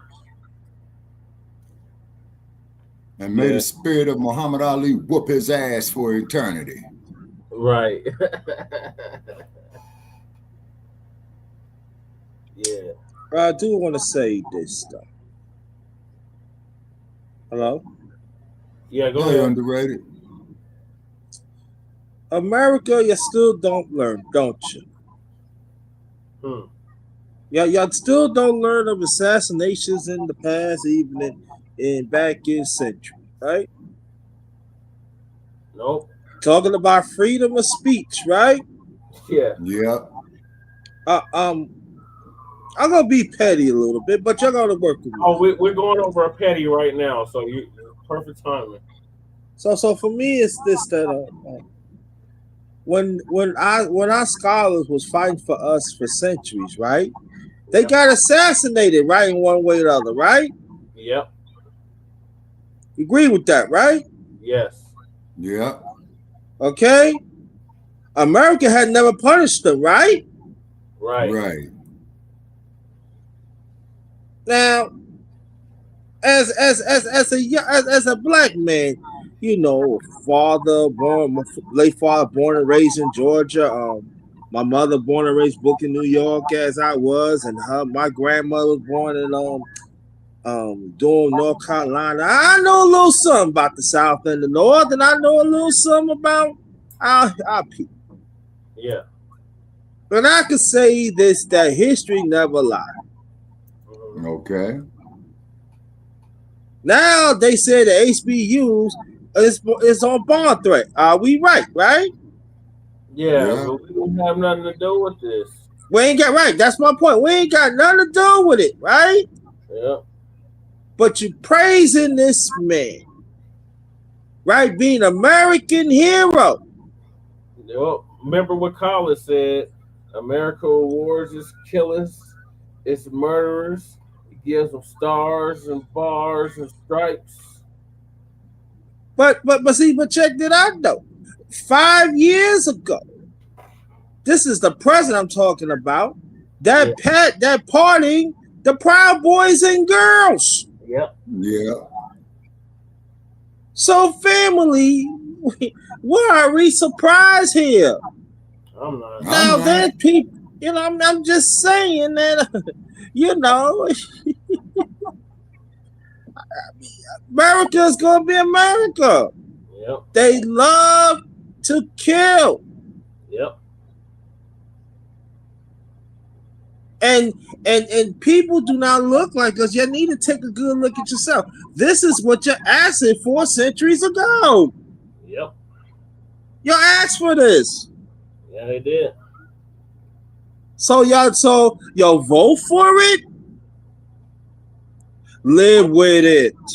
Yep. Pretty much. Yeah, because they went on there and selected this clown, you know what I'm saying? And hey, and it came back to bite him in the ass. And this is not. Let me tell people more. Me, born and raised in New York, this is the same clown say about the young brothers in Central Park jogging case. Yeah, they need the death penalty, and they didn't go to court yet at that time. Yeah, he put that ad in, but the Democrats was the ones that was pushing that shit. The Democrats in New York was pushing that shit. They was trying to get this charge. So now, y'all surprised? Y'all surprised that this president take a stance for? Y'all surprised? I'm not. But, no, I know, but there's been a lot of myths. Yeah. You got people said again, I've got to repeat this, that they higher office say he's an American hero. Oh my God. He want to put did you hear they want to put a statue in the middle of damn DC for this bastard? Oh, hell no. But check it out though. Let's connect the dots here. But they forced people, but they took the statue of our hero, James Brown. We got a crew in the building. Salute to crew. They said, let's not forget 29 years since Pac took his last breath. Yep, it sure has. As of today. Yeah. They took the statue down of James Brown. Yeah. How dare they? I given shy, it's a rugby. But see, we got Black Joe in the building, Shabaka. He says nobody is better than the Mossad or the U.S. government program, right? And also, too, let me throw this in, though, too. All the assassinations that we had to endure, right? No, that's Shabaka's Black Experience Enhanced crew. Hello? Yeah, go ahead, brother. I'm just reading. No, I'm saying all the assassinations that we had endured unjustly that flag never did for us. Yep, exactly. That's exactly what But the higher office want to have that flag on him. Making sense to me? I'm just saying. He flew the flag at half staff behind this bastard. Yeah, he did. But the Constitution says that we all equal, right? Yeah. Yo. But check it out though. Shit don't stink. It also says that justice is blind, and we know that's a damn lie. But at the same time, but at the same time, they consider us as a people 3/5 of a citizen. It's in the books. Yeah, well, that was for tax purposes, but yeah.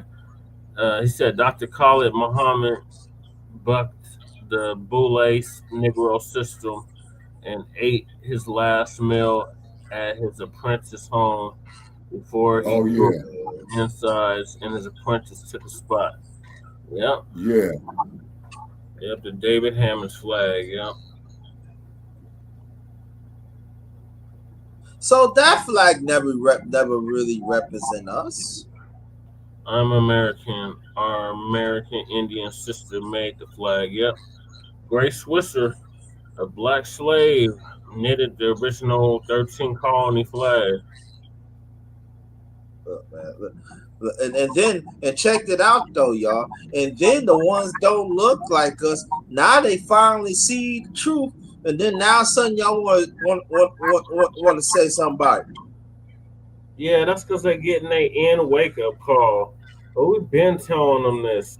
It's the same. And I'm talking about some.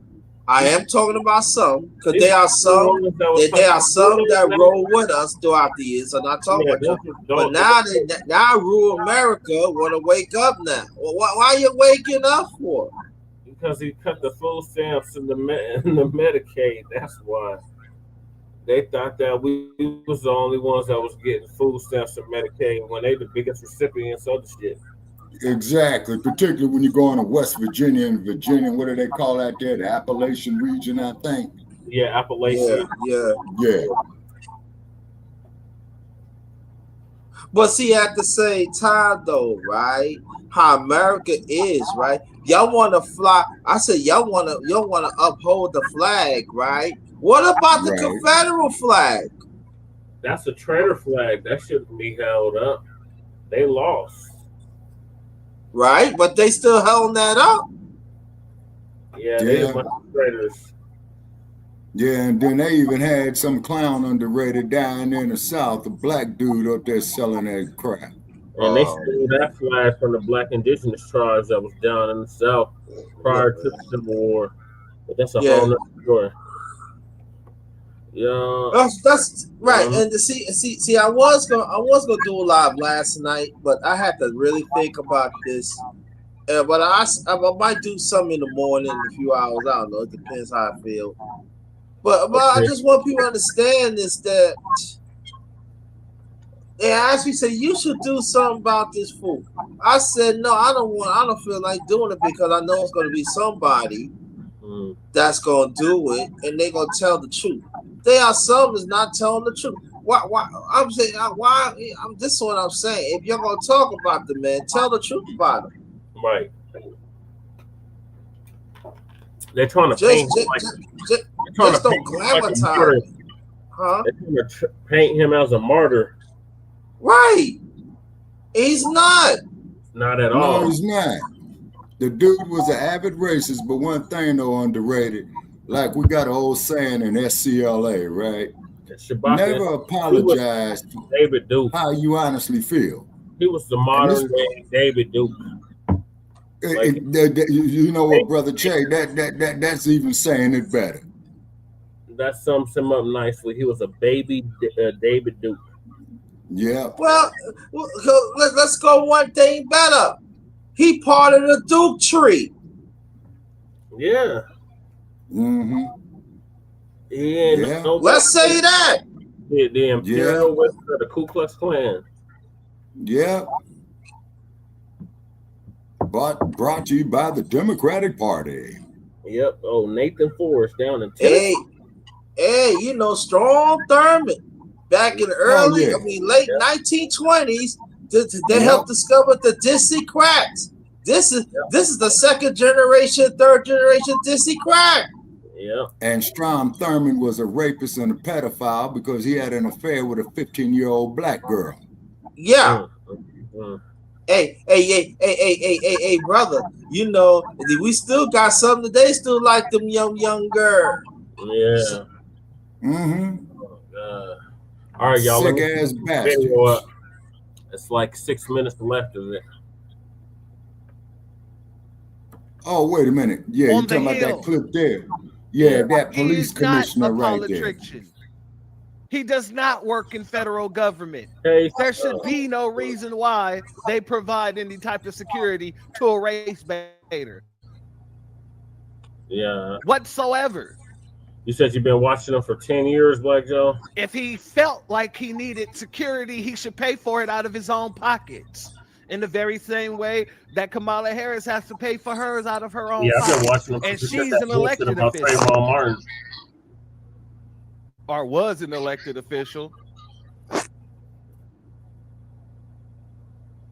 So it's very difficult to kind of assess. But I would imagine, and obviously someone was able to get close enough with a gun, and whether it was a rifle, was it a handgun, was the distance? I mean, there are just a lot of unanswered questions. 13 years ago.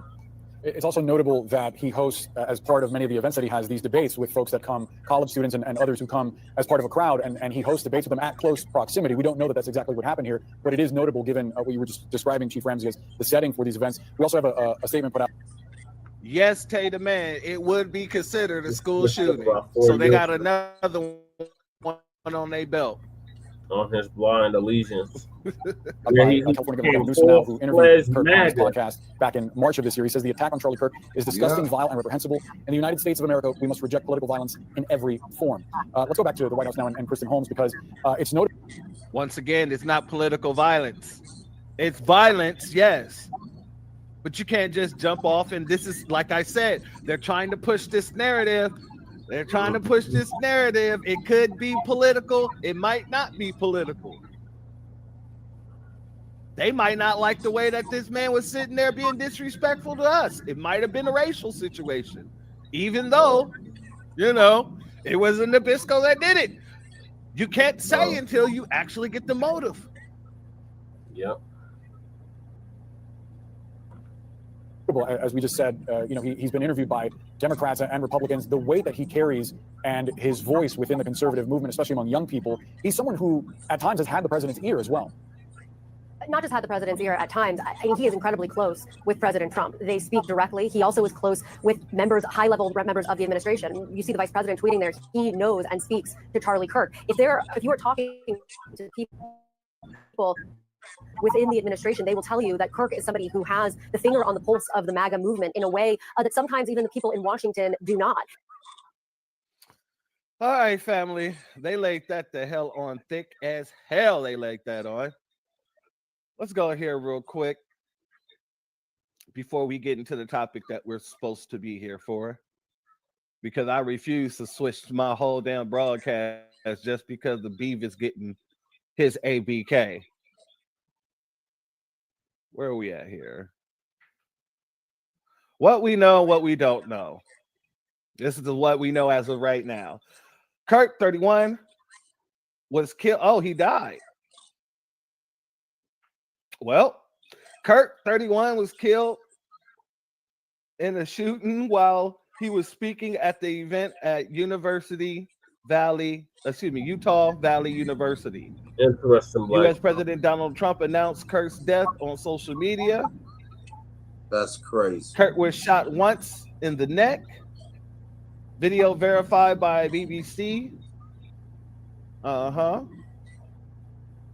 Yeah, no one else was shot during the event. The attacker has not yet been arrested. From what I saw a few minutes ago, they said that they picked up the attacker. Matter of fact, I think it was in this article. To Kurt influencer. Yep, boom. What? Suspect was taken into custody but later released. Police are still looking at. There was a suspect taken into custody. Okay. Okay. I thought they took the shooter into custody. Either way, family. Yeah, this is what's happening today. This is what happened earlier today. And in the words of our good brother Toria Rain, salute to him. Genocide. I feel absolutely nothing. I feel absolutely nothing. You know, that ABK is swinging through very, very quickly. And, you know, I've been speaking about this a lot lately. So many.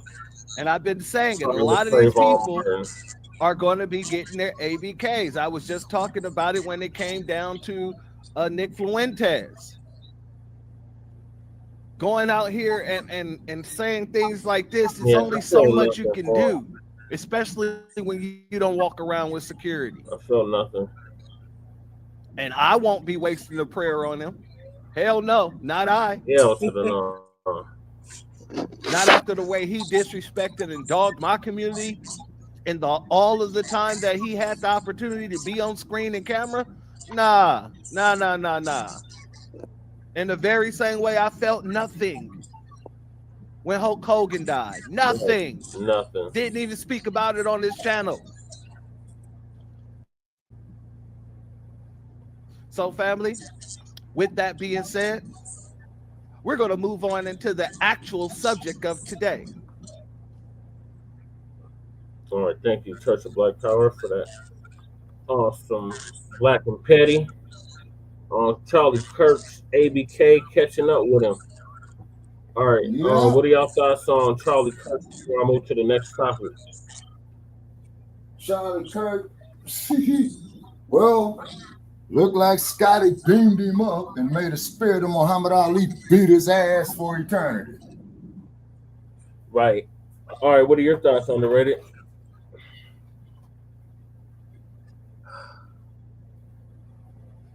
I could say this, that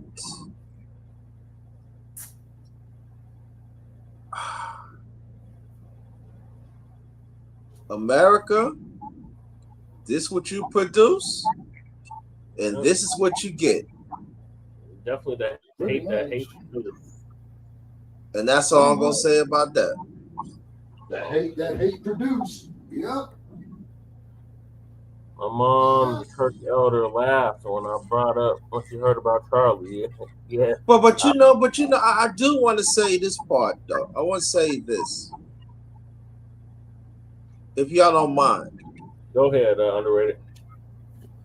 The ones that looks like us, why y'all feel sorry for this person that had disrespect us?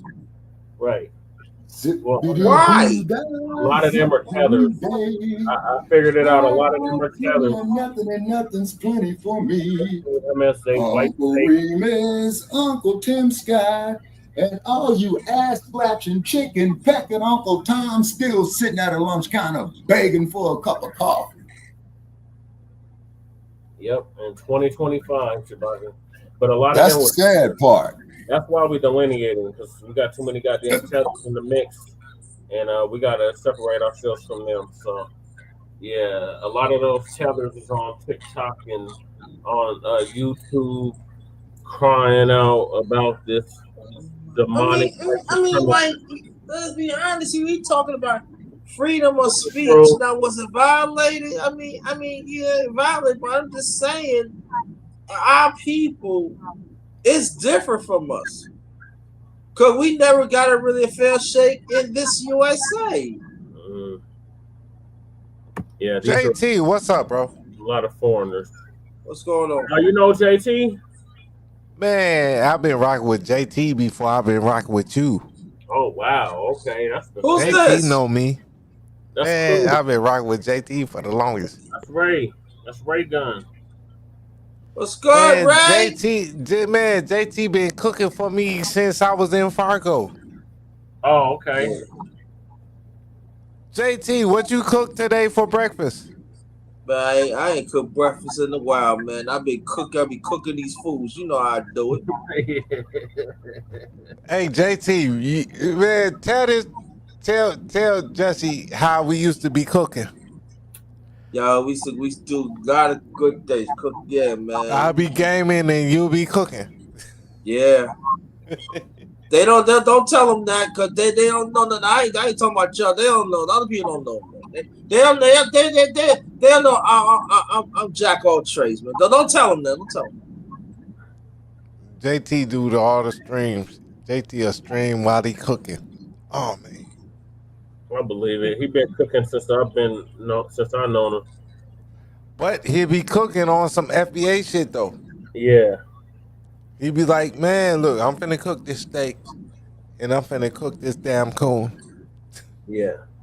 At the same time. It has to come to a point, right? That we gotta say what America's really all about. Hey, America has not been good to us as a people, has not been good to us, our parents, our grandmothers, and then let's throw this in that our men have fought for this country and still ain't got nothing for it. But see, they always might throw this in.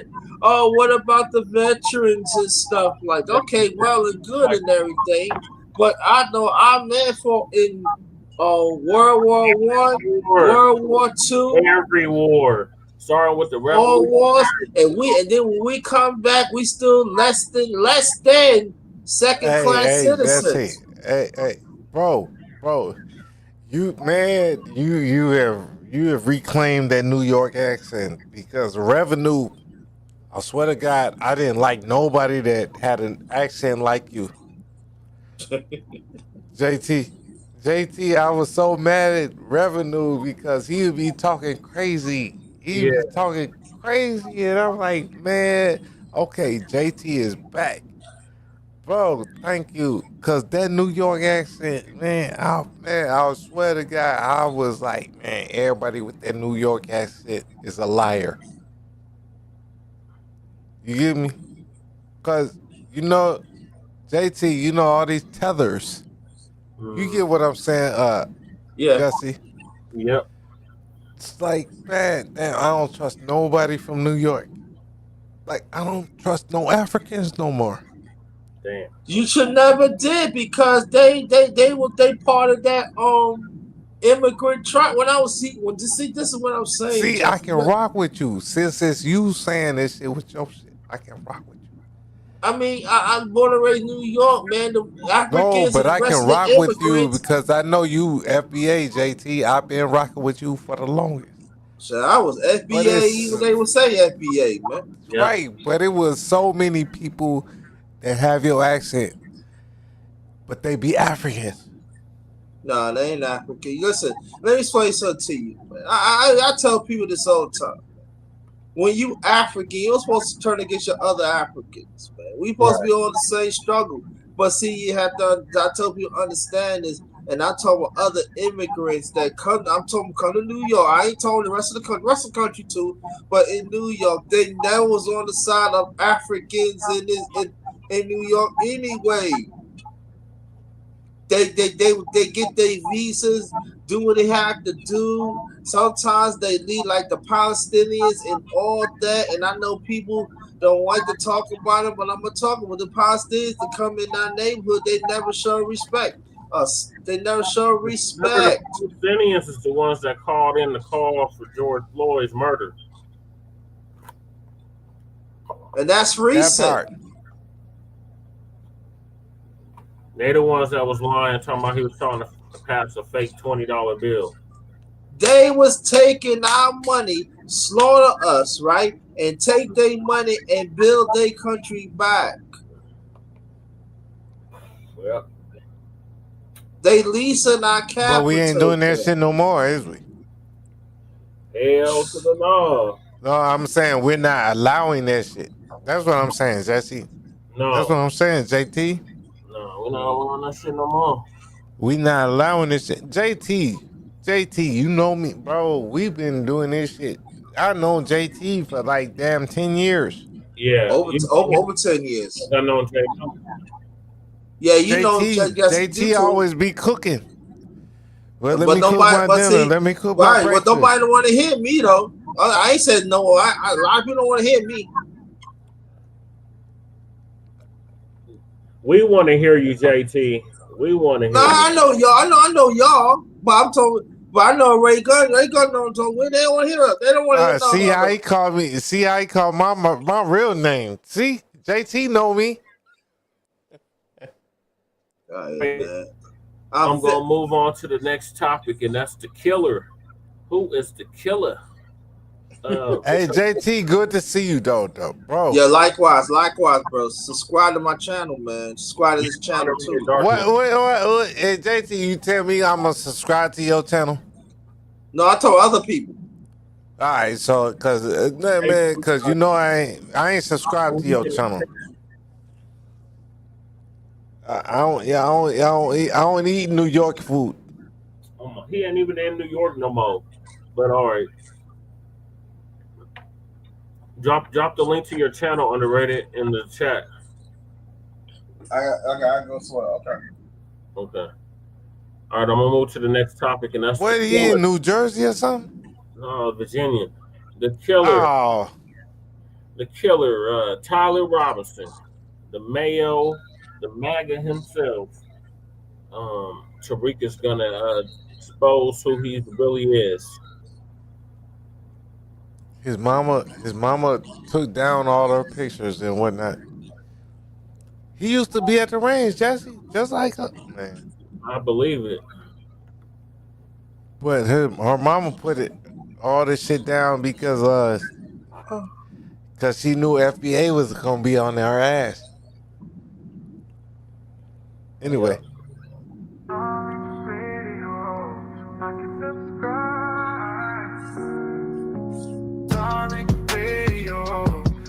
Subscribe.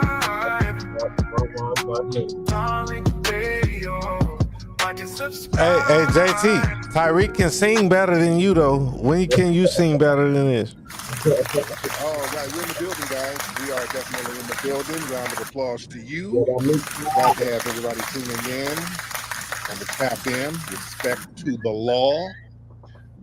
Yeah, everybody give me a retweet, please. Let everybody know that we are indeed live right now, ladies and gentlemen. And while you guys are giving me a retweet, let me shout out some of the regulars in here. I see our good brother, the Marcel Dixon. Yeah, I see Cyber Regina. I see Brother Macau, Cousin Jerry, Grimes TV, Robbie Blue. Shout out to Grimes. Miss Skyline, the prototype, Nigel. Greek Brother Suntan, Miss Laura, Lando, Randy B, Shinobi, Superior, Ty Powell, Highland, Michigan. Oh, everybody's up in here, man. Much respect. The legendary Tethernator in the building. Respect everybody. The beautiful Yoshi G in the building. Our good brother, Great Black Shark in the building. Respect to you guys. Oh man, let's get right into it. Because I'm not going to be on too long. I always say that and then end up doing a 4 or 5 hour damn space. Yesterday we were like damn near 4 hours. Jesus. But whole bunch of tellers got called in on that space. This Tyler Robinson guy, the guy who's accused of murking Charlie Kirk, they got the guy. Put him on the big screen. The FBI got him. It was a 22-year-old white male. He's a cracker too. From Utah. Tyler Robinson. And boy, that disappointed so many people. Motherfucker, that's gang. That's gang violence. Stop it, Jesse. That's gang violence. They wanted him to be Antifa. They wanted him to be left wing. They wanted everything. This hit them hard. Bro, you don't want his family to come get him from Italy.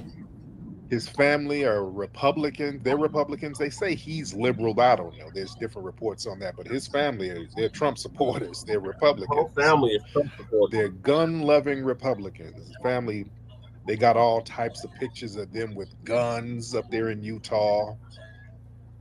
Oh, the white. His mom just deleted her Facebook page. Carry state. Utah open carry. You got to understand, these people desire to blame other people to deflect. That's a from their own Republican issues. state. His That's family kicking is him in the ass Republican. right now. And they're Mormon. They're still trying to figure out That's what Mormon the motivation was for this title. Jesse, if you went to that state, they would force you to marry their Why daughter. did he do this? Who put him up to it? It's just strange. And his dad, and I think his dad was a sheriff out there. He was a veteran sheriff out there. His dad worked in law enforcement. So, I mean, this is checking off all of the right-wing boxes right here. And his dad was the one who turned him in, from what I understand. Exactly what it is. From what I understand, I think his dad turned him in, and a lot of people are like, well, why does his dad do that? Well, and they still got they were going to get him sooner His or later. dad called. His dad turned him He in. didn't want to be an accessory to a major murder like that. So, hey, the dad turned him on in. Let me get Suntan in here. Suntan is requesting early. Let me have Suntan. His dad turned him in with the damn the youth preacher. Hey, Tariq, I think I was the only one who guessed accurately the day it happened that it was a Mormon. To me, that's bogus, For dog. Mormon reasons. If I put it in the That means your people don't love you. below, if you can do the jumbotron. Your I don't dad know how not to do on that your to side. prove my point. Go ahead, explain it. Jesse, my dad would not turn me Let's in. not forget, for some reason, I don't know why, 'cause I don't know much about Mormons. You get me? But for some reason, there's a Mormon angle that hates Trump. Shabaka, would your dad turn you in? 2016 called JT, would your dad turn you in? Trump Oh my God. We're black. There's a lot of Mormon. Our dads would not turn us in. That was anti-Trump. Because they have the Mormons have Our daddies would not turn us in. I don't care if our daddies was crackheads. They wouldn't turn us in. American Indians, And my dad's not a crackhead. They will not turn us in. Hebrew Exodus, and they failed, and that's why they became brown. And, you know, there's a weird Mormon: the whiter you are, the closer you are to God. Right. And if you failed, you became brown, and then by bringing them into Mormonism, it'll make them more white. You know, it's a weird. And for some reason, Trump wanting to close the border pissed a lot of these. Yeah, the more African you are. If I could go back to Aurora, he was the senator from Utah. The more African you are. He didn't think he was retiring. Same and shit. then they announced his retirement before he did, so Romney can take his seat, so he can serve as a counter to Trump to try to get rid of him. So when I saw it happened in Utah, I was like, wait a minute, that's Romney territory. Yeah. You know, everyone thinks the Mormons are all these like nice, you know, little Republican times, but Mormons got shot in the neck in Utah, Africa. They got, Yeah, you know, they got Romney was a senator they from wage Utah. wars in Mexico with the cartels, so they're a scary bunch if they want to be. So I was the only one that said it was the Mormons for those reasons, and I'll land my. Ask me more questions about it. If not, I'll land my plane on that. So I was the first one to guess it. There you go. Thank you. Hey, very good assessment. Sir. No, notice that nobody's saying it was the Africans though. They keep real meticulous records too. They No. keep a lot of Nobody's meticulous worried records, about the saying, I'm not Africans, giving them though. a pass 'cause the Mormons were just as damn racist. You had some Mormon, they were slave owners too. Don't let them fool you with that. Slaves too. Them damn Mormons were slave owners. They came Hey, out here and cool brought a bunch of in the slaves house. to California. They brought Biddy Mason out here. She got brought out Yes, here. sir. She became the richest Yeah, woman Cool in Keezy California. said Pop wanted that reward money. Biddy Mason. We revere that out here in the History Museum. She was brought out here by the damn Mormons. The Mormons went out there and set up San Bernardino, which was a slave colony. That was an unofficial slave colony out here. In America. Just so folks know history a little bit. Not Africa. In But it was America. an unofficial slave colony, and the Mormons were running that shit coming out of Utah. Sir Black, Great Black Shark, hop on, brother. What's going on, Black man? Can you hear me okay? Yes, sir. What's going on? 20-year Navy SEAL. I'm There you good, go. man. I hope everything's well with you and the family. Man, talk about the alabaster chickens coming home to roost, yeah, brother? Oh, yeah. Oh, yeah. It's heavy. Oh, yeah. If I may, brother, I want to, and you know, because I don't give a fuck about Charlie Kirk or his family. You know what I'm saying? They hated our people. Hey, I'm indifferent towards them, but I'm going to say something to white America because I know they over here listening. I'm going to actually do something a bit different and give them some things that they better think about because as retired military, I'm going to tell you a couple of things that don't look right to me, okay? Unless somebody can prove it to the contrary, I've seen the footage, and if they don't have any footage of that kid climbing up there on the roof with that gun, well, they better start asking the question, okay, well, who put the gun there for him? Right. And then it's being a bolt action Mauser, an old school style long weapon. He couldn't have broken it down without tools. So maybe he put it in his leg and jumped down. But even so, how did it get to the woods? And then as far as like up there in the sniper's nest, because I saw that a couple other things didn't look right to me. They're saying he only took one shot. But there's pictures of this, and it looks like there's like 5 shell casings on the ground. I'm like, did he drop them out of his pocket if he only took one? Right. And the other couple of things I got, I won't be too much longer, but okay, I'm looking at that. And in the military, like I said, you usually have like snipers that work in teams, okay? He's a 20-year SEAL. So here's the Navy thing. SEAL. Come on. I'm looking at it with that style of weapon. From his vantage point, even if you had a clear view with that mounted scope he had, which you could see that far with it, you would still need somebody in the crowd to help you coordinate that shot, either by communication. And here's my problem with the hand signals that they said they were making. I'm not ruling it out, but you would have to really trust who's on the other end of that gun from that distance, because if they miss, they could hit you. So I'm looking at it like, okay, when they were giving those signals, it would have made more sense if they would have did that, then walked completely away from Charlie Kirk, casually like they was talking to somebody. Now I was like, okay, that looked kind of funny, but yeah, they better start looking at a couple of the things while they're talking about the Blaccs, because we didn't have anything to do with that. So, you know, like I said, man, those are the couple of things that stood out to me, and with that said, I'll end. No doubt. But yeah, man, listen, there's a lot. That's a 20-year SEAL, Navy SEAL. What was his 20-year Navy SEAL? Stop it. Figure out now. Yep, right, Black Shark. And they've been digging in his social media, pulling up pictures of him and just a lot of guns with him and his family. They're talking about he was making good grades, and there was some 4chan. I don't think the guy that they caught is the guy. You get me? You don't think? No, it's him. He was kind of. No, I don't think he is the guy. I think he's the guy that they put on the news. I don't think he's really the guy. Somebody was like, "Who do you think did it?" Then I think it was the guy that was next to the stage.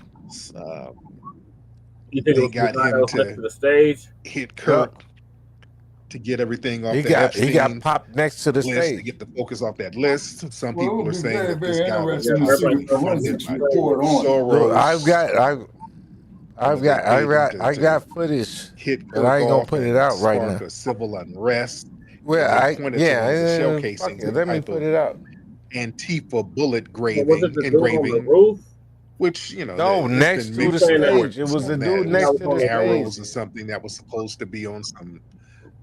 You don't think the guy that was casing was working with him?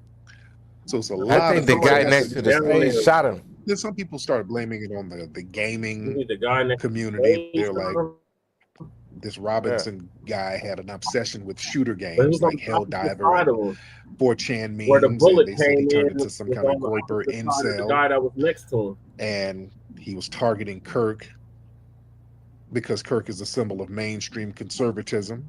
Yep, and a lot of these guys want to go underground with it. With an online confession. He was an ultra conservative. I think in Utah you got ultra conservative. Talking about that Mormon church involvement. Yeah, you got Mormons too. Somebody's talking about that. They're saying that he was possibly radicalized by the Mormon church elders who were upset over Kirk's hate spreading and at a local event. Yeah, that's what I'm saying. Yeah, that's what I'm saying, Cool Keezy. For you to make a shot like that, Cool Keezy, you have to have that weapon zero. Deep state, false flag, man, for gun control. But they say that all the time. They always do the deep state. Bro, you can shoot a deer from 200 yards away, from 2 football fields away if you're a real nigga. That's easy. They're claiming that it's not hard. Go to the range twice, and you can do that shit. Recent criticism. Y'all act like y'all scared of guns, dog. Why is y'all scared of guns? Platforming Nigga, you could do that shit from half the distance with a pistol. Stop it. So why is you so scared of guns? Out here. Some people are saying this is some. Why are you so much of a pussy? Exactly, you scared of guns. Exactly. Bro, you can do that shit. You can shoot a deer. You can shoot a raccoon from 200 yards. Stop it. Stop it. Stop acting like a fucking pussy. Stop acting like a pussy. This dude is okay. Stop acting like a pussy. Yes, 200 yards, you could do that shit easy. Stop acting like a fucking pussy. Nick Fuentes allegedly had some kind of beef with Charlie Kirk. He I'm saw talking Charlie to Kirk as a fake conservative, a Zionist sellout. So the there's been a lot of coon ass nigga white supremacists. Shabaka. Some of I'm talking to him. More you ain't talking to me, Trick. I'm talking to you. I can shoot you for 200 yards. Anybody can shoot for 200 yards. That's easy. Stop being a bitch. Man, shut up, man, you bitch made motherfucker. I ain't said a goddamn thing to you, Trick. So it's very, very interesting out here. Let's get Jabrizi. Tell that motherfucker to shut You're up, still a Jesse. bitch. I ain't said nothing to that faggot. You're still a bitch and you can't Yeah, shoot. yeah, you fucking faggot. Go put on your pink panties, faggot. My 2 cents on it. Go to San Francisco. White on white crime at its highest. That's where you be at. That's where you be at. Gay ass nigga. Yeah, I'll tell you what. Bring your ass to Las Vegas. No, I'm not gonna go to Las Vegas where I can shake a dice and lose your life. Stop it. No, you will lose shake your a dice life. and lose your life. Goofy faggot. That's why you in Vegas. You scared of the South, pussy. It's a national. Faggot. Come say it to my same face, Then you want to talk about low IQ. You scared to come to the South. Man, fuck you, man. Bring your ass out here to Las Vegas, bitch. You scared to come to nigga town. You scared of Chicago. You scared of Atlanta, pussy. Look, I used to do events going to like Rolling Loud. Why you scared of Atlanta? Why you scared of Chicago? Check this out, man. You talking loud saying nothing, man. I got better things to do than worry about an ignorant, stupid ass hog eating motherfucker like you. Inspired by the artist, like keep in mind, Jesse. I don't eat pork. I don't eat pork. I don't eat pork. Man, I don't give a fuck what you eat, man. You can go suck a dog's dick for all I care, bitch. They train their kids from an early age to shoot them guns and all that, and they can't see the issue that they got at hand. You need to quit fucking with them damn drugs, the man. violence, and they won't deal with it. But you know, it's black on black crime now. You're scared to go to black homeland. You know, Stop these it. folks. Thank you. Excuse me. They are trying. You're a pussy. You're Yeah, scared of like your I said, own bring homeland. it- yeah, You're scared of like, your mama bring your pussy. ass out here, motherfucker. Bring You're scared of ass your out mama here. pussy. Yeah, faggot. Come bring your motherfucking ass out here. Nigga, I'm out here. I'm in Chicago. Shut up. Faggot motherfuckers, your goddamn life You scared of insurance paid up, Chicago. bitch. You scared of got your life Chicago. insurance Was paid you up, born in motherfucker. Chicago? Why you scared of Chicago? Motherfucker, do you Why you have scared of your Chicago? Why you life scared of insurance Indiana? paid up? Why you scared of the South? God damn, man. Why don't you go play with yourself, Nigga, you man? scared of You eggs. sound like a Stop playing bitch. with me. Man, go get fucked in your ass, man. That is He's the one starting it, Jesse. He the one started it. I ain't said nothing to this trick. You understand? He started it. I didn't wait till he passed. I be tricking on your mama. Stop playing. His organization was racist. At least I got money you to know trick. what, man? You ain't I'm got gonna no tell damn you money to something. trick. Let me tell you something, you fucking faggot. Within the Why don't you go put on your pink panties, man, and go put on your transistor suit and Somebody's fuck the bitch that projecting. bore you too. Somebody's And fuck projecting. the bitch that That's bore why you you're too. in the Las Vegas motel. In the Las Vegas motel. You don't know I where the fuck retweeted I'm that at on in my Las timeline. Vegas, faggot. I know you ain't down south because you scared of the South. I know you ain't in Chicago because you scared of Chicago. Put your ass mama there. You probably hitchhiking. Fuck you, faggot. Wearing your pink panties. Yeah, no, you got it on. Trying to get your way back to Africa. And you should Don't worry. Your ass, Akon gonna get you. Drinking your menstrual cycle. You ain't gonna do a goddamn thing. Akon got you. Akon got you. Akon gonna lick He's you. just speaking his truth. Everything he says is true. No, it's not. No, it's not. Charlie Kirk regurgitated a bunch of anti-black lies. Anti-black stats that were lies.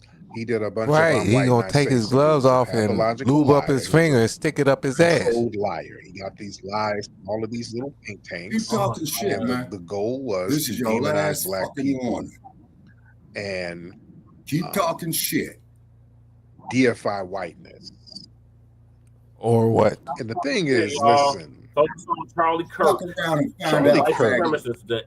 Now, What did he say about man black menstruate, faggot? Listen, Charlie Kirk Go see that bitch that boy every single and the whole house. Is your bussy bleeding, Shabaka? Is your bussy bleeding? That's the white guy. Say, man, check this out, Cat. Everyone. It sounds like you bleeding out your ass. It And look that's like you the want to problem, suck somebody's dick. I just said that your bussy is bleeding. No, you fucking faggot. Tell your boyfriend to lick it. You want a dick in your mouth. The statistical certainty of always making white people innocent of harming a black person. Well, see, Joe, he started this shit. I didn't. I ignore this bastard every time he comes up here. I'm not a bastard. My parents are married. Yes, you are, man. My parents are married. No, you was born in the woods like an African. No, motherfucker. Somebody shit out there. They walked out there and shit and wiped their ass in the bush, and then there goes Shabaka, You ain't the gonna Pan African. Goddamn thing, man. Come out here with me, man. You gonna get put under the goddamn ground. Make sure your life under the ground. That's the earth, right? That's the earth. That's the earth. Motherfucker, go You're pay not your from the life earth. insurance. Go pay your life Every insurance. single case. That's an ideological. I paid my life That's insurance. not So what's the factual problem? analysis. Good, glad to hear. Now they got money to bury your sorry ass. Huh? Oh my God. No, cool, Keisha. I'm dead serious. Not hilarious, serious. Extend this nuance and humanity to the white killers, But never then the black again, victims. cool, Keisha, this is a fucking idiot that I'm talking to anyway. You know? Was to criminalize the victim. That's white supremacy. Y'all can't be up here. If You can't have a 100% defense rate. Man, That's shut up, Jesse. I can cuss out Shabaka all I want to. Unrealistic. No, you can't. Yes, I can. You don't believe No, you better go cuss out the bitch that boy's sorry ass and the stinking assholes for the swallow, motherfucker. Man, Shabaka, I'm gonna bring my mama out here and she gonna slap the shit out of me. Yeah. Then both you motherfuckers be planning funerals. Right, yours. That's not justice. That's propaganda. When your default is always to believe the killer, You be talking shit. You ain't never shot no white you're supremacist. revealing the racist foundation of Motherfucker, your you don't know worldview. what the fuck I did. Because you ain't did shit. Yeah, okay, that's your It opinion. just doesn't Fuck work. around No, and that's find the out, facts. man. No, fuck around and find out. It's about And that's Where all. I've fought white supremacists. Man, go back to your crack pipe, you drunk. You ain't left no Charlie Kirk, no baby. our racial view. You ain't did shit. Right, that's all you doing. That's all you doing. Talking Pan African, can't prove it. You ain't from Africa. Yes, they do. Caucasians beef like this in public all day. Look at Charlie Kirk. Stop playing with me, Joe Blackson. No, fuck you, They motherfucker. beef with Quit each other playing all with day. yourself. Look at Charlie You ain't Kirk. gonna do a goddamn thing, man. Kirk and others Get a life, Trick. Look at Charlie. Find their mugshot, dig into their past, mention drugs, mention gang ties, mention, say, You're resisting not gonna arrest. do this. Even if If all y'all of those things cannot are unrelated, Conduct that's a yourself formula. accordingly. That's not about the Shame. truth. He's That's smart a to get formula We're to not gonna protect condone white this. supremacy. Like we can't even hear the Yeah. video. If no killing is ever wrong when it comes And to I a black agree with person you, and a Jay white person, Militant. It is. you're not against murder. You're against black existence. If you never find fault in the killing of a black person, you're justifying a racial purge. And you under the black guise of people. law. Hey, Tay. You Hey, Tay. understand? In a complex society, family, nobody is going to be 100% innocent. But according to Charlie Kirk, they are. Now, here's the thing with That's Kirk, what I'm saying.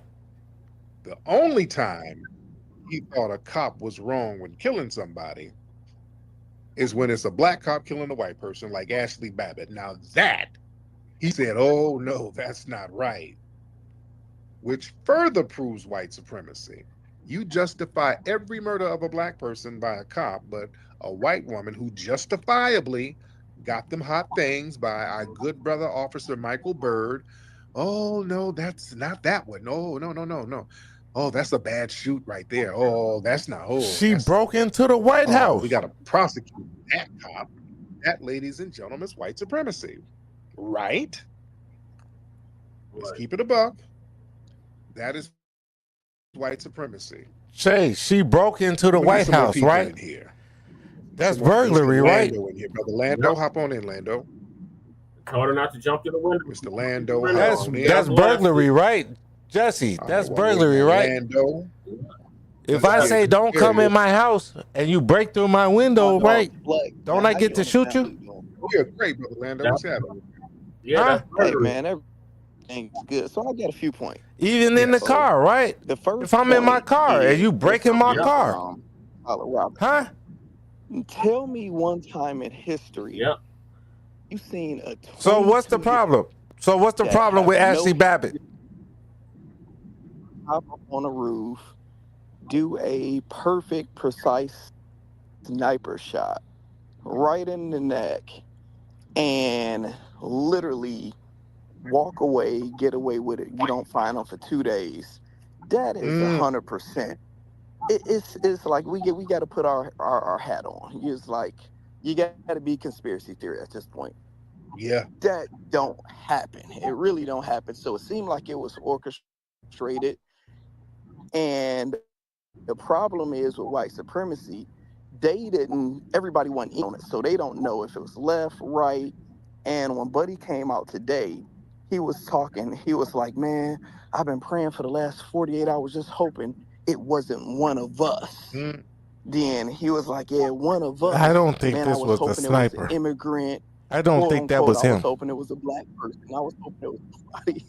What do you think, Shabaka? Do you think this white boy is actually the shooter, Shabaka? Don't say nothing to me, man. I'm asking you. Do you think that white boy is actually the shooter? To understand. So I was talking to one of my brothers probably about 8 years ago, and we always talking about. And I'm not trying to be no bullshit to you, Shabaka. I'm asking you. Do you think that white boy is actually the shooter? I'm like, how you figure? Oh, yes, I do. Like, well, my son is young. He's hanging with white people. And they said cool kids are now probably, man, what they had to do is a pattern test on his clothing, man, when they picked him up and on his hands or if he had gloves to see if they got the gunpowder on. And I laughed at him. I was like, bro, it's a systematic thing. They're still training their younger kids and grandkids to still follow this. Hey, Jab, yeah, congratulations, man. Yeah, you heard what happened out here in Vegas and that Alvarez losing, man. You know what I'm saying? Great news, Jab Jamboree. Especially all your white friends you went to school with or your coworkers. And you're seeing how many people. Yep. Wait. Hey, can I go, Tariq? if you can, pause it for a second. I don't know, but I don't know what happened to Lando. Lando, you here, brother? Okay, good, Jab, good. Hold on, cool. Well, Tyler Robinson was an incel, autistic dude who politicized everything in his life and couldn't get outside his bubble.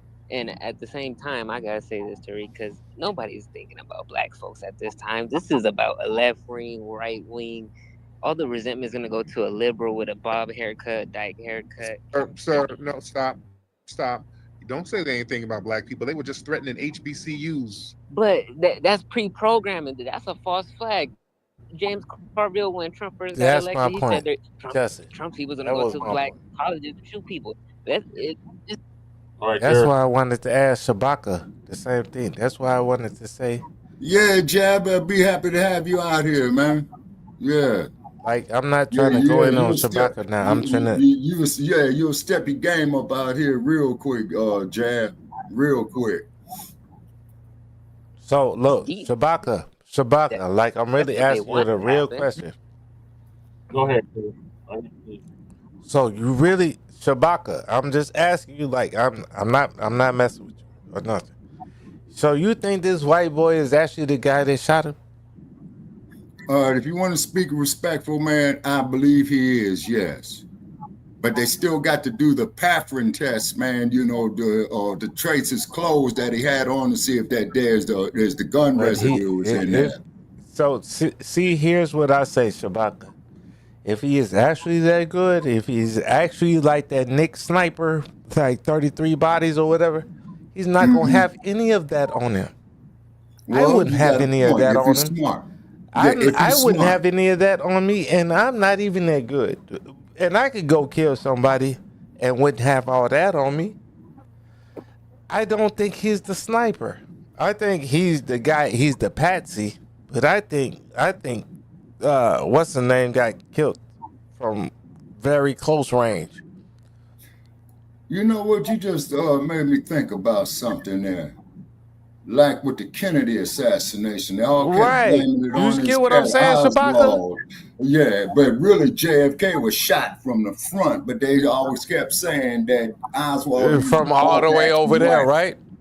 Yeah, see, and it don't add up. It's because the amount of bullets that Kennedy took, the president that is, you see what I'm saying? And then the bullet moved sideways, right? Yeah, the magic bullet theory that they had talked about. That's how they knew that it hit the guy, and then it moved sideways, and then hit him. All right, he would have blew his head off. Yeah, well, actually, he did. How did the bullet turn left? How did the bullet turn left in midair? Yeah, well, that's the magic bullet theory, man. That a dude by the name of Jim Garrison, who was the that's what I'm saying, Shabaka. Like, I ain't really against you, Shabaka. Look, I'm with you. I just don't agree with a lot of shit you're saying. But I'm with you, Shabaka. Fine. Me and Jesse don't always agree with each other, but we don't come up here, man, cussing each other out and all that old kind of crazy shit, man. Come on, man. We better than that crazy magic bullet ain't. That's a bullshit, ain't it? Yeah, because he was in what they would call a triangular crossfire. You see? So that's what I think happened to dude. I don't think this dude that Jesse got on the screen is the actual shooter. Like he probably did shoot, but I don't think he's the killer. That's who Cash Patel said it was. Cash Patel said, what's the name is in Valhalla, and this nigga Cash Patel is an Indian. Was first, then he said it was somebody else. Then Cash Patel is an Indian. He's a Hindu. He's still. And then he talking about dude is in Valhalla. He's still dude ain't even. Bro, what the fuck? He's still the FBI director though. What I'm saying is it's all stupid though. And then you got to look at these individuals, man, that got the power to cover stuff up. You know what I'm saying? Because look at it this way, people. Like what they was doing over there in the Middle East, man, when they was having them pagers, man, and they want to blow a motherfucker up, man, they dial his phone number. Yeah. And you mean to tell me they can't do these with these damn cell phones and laptops and all that shit? I don't put nothing past these clowns, man, because see, you got trillionaires, man, behind this shit, like that boy. I'm scared for all of us. So because they were celebrating his death, they're gonna put death threats on the HBCUs. Right. Yeah. Now, but Shabaka though. But was there any black person involved with that shit? No. If you ever been to Utah, man, you only got like about 3 black people out there, man, out of 1 million in that whole state. Hey, Shabaka, you and Jesse are the only people there. Yeah, I was the only person. No, I seen Tupac's son there. So it was 2 black. No, it went up to 2% when you was there. Then when you left, it went back down to 1%. Yeah. Crew, I remember I was in the town in Utah. They had a whole parade. We made their whole freaking day. Hey, look. Hey, you remember when I was in North Dakota, right? Yeah. I made it 3%.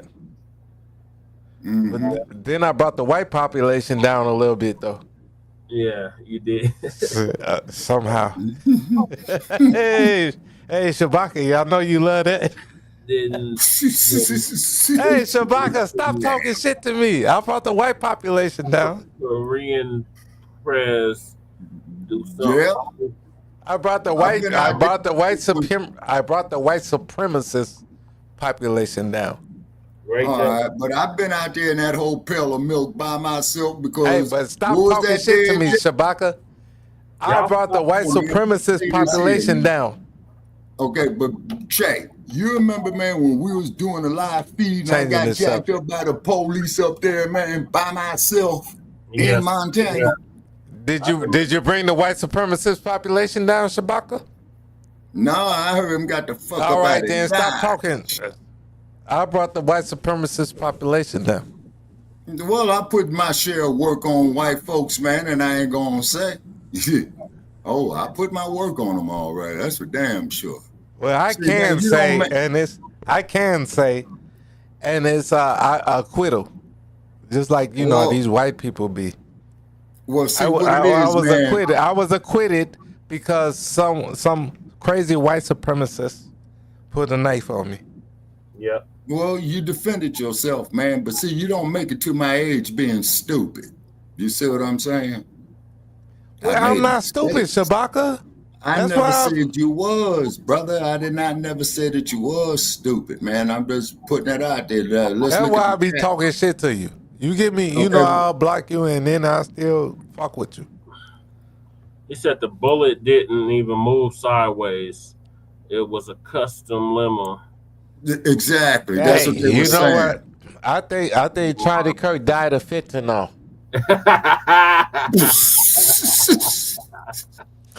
Look, there might have been a projectile that hit his neck, but he would have survived it if he wasn't off of drugs. No. Okay, but however, very important question. Now, on Serioso, was this dude that good where he hit him in a carotid artery in the neck, which is right below the I left think ear? Shabaka, I think he was aiming for his chest. I think he was aiming for his chest, and then he just hit his neck on accident.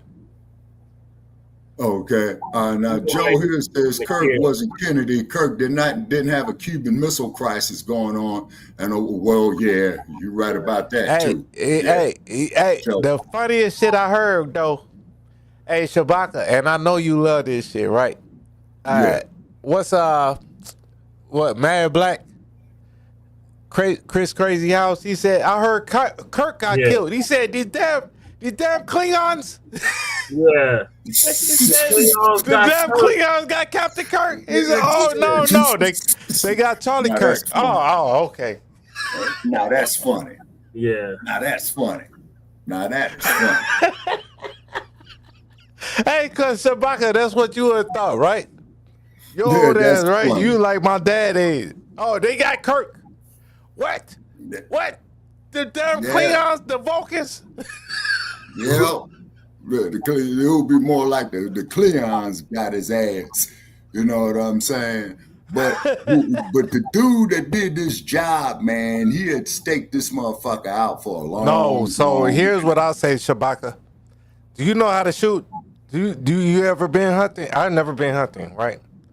But if you go to the range, look, me with my pistol, I can get a motherfucker from 50 yards, from 100 yards. That's only 150 feet. So, but with a rifle? Man, you can get up to a quarter mile, maybe a half mile. Yeah, you get about 200. And if you really you can get up to I'm saying any regular motherfucker, just regular motherfucker can get a nigga for 2 football fields away with a rifle. Mm-hmm. Yeah. That's 600 feet. Rifle, yeah. And that's why I said I don't think he was aiming for his neck. I think he was aiming for his center mass. And he just hit his neck on accident. Okay. He was aiming for his head. No, because Jesse, you don't aim for the head from that far away. Just like if you deer hunting, right? Jesse, say we go deer hunting.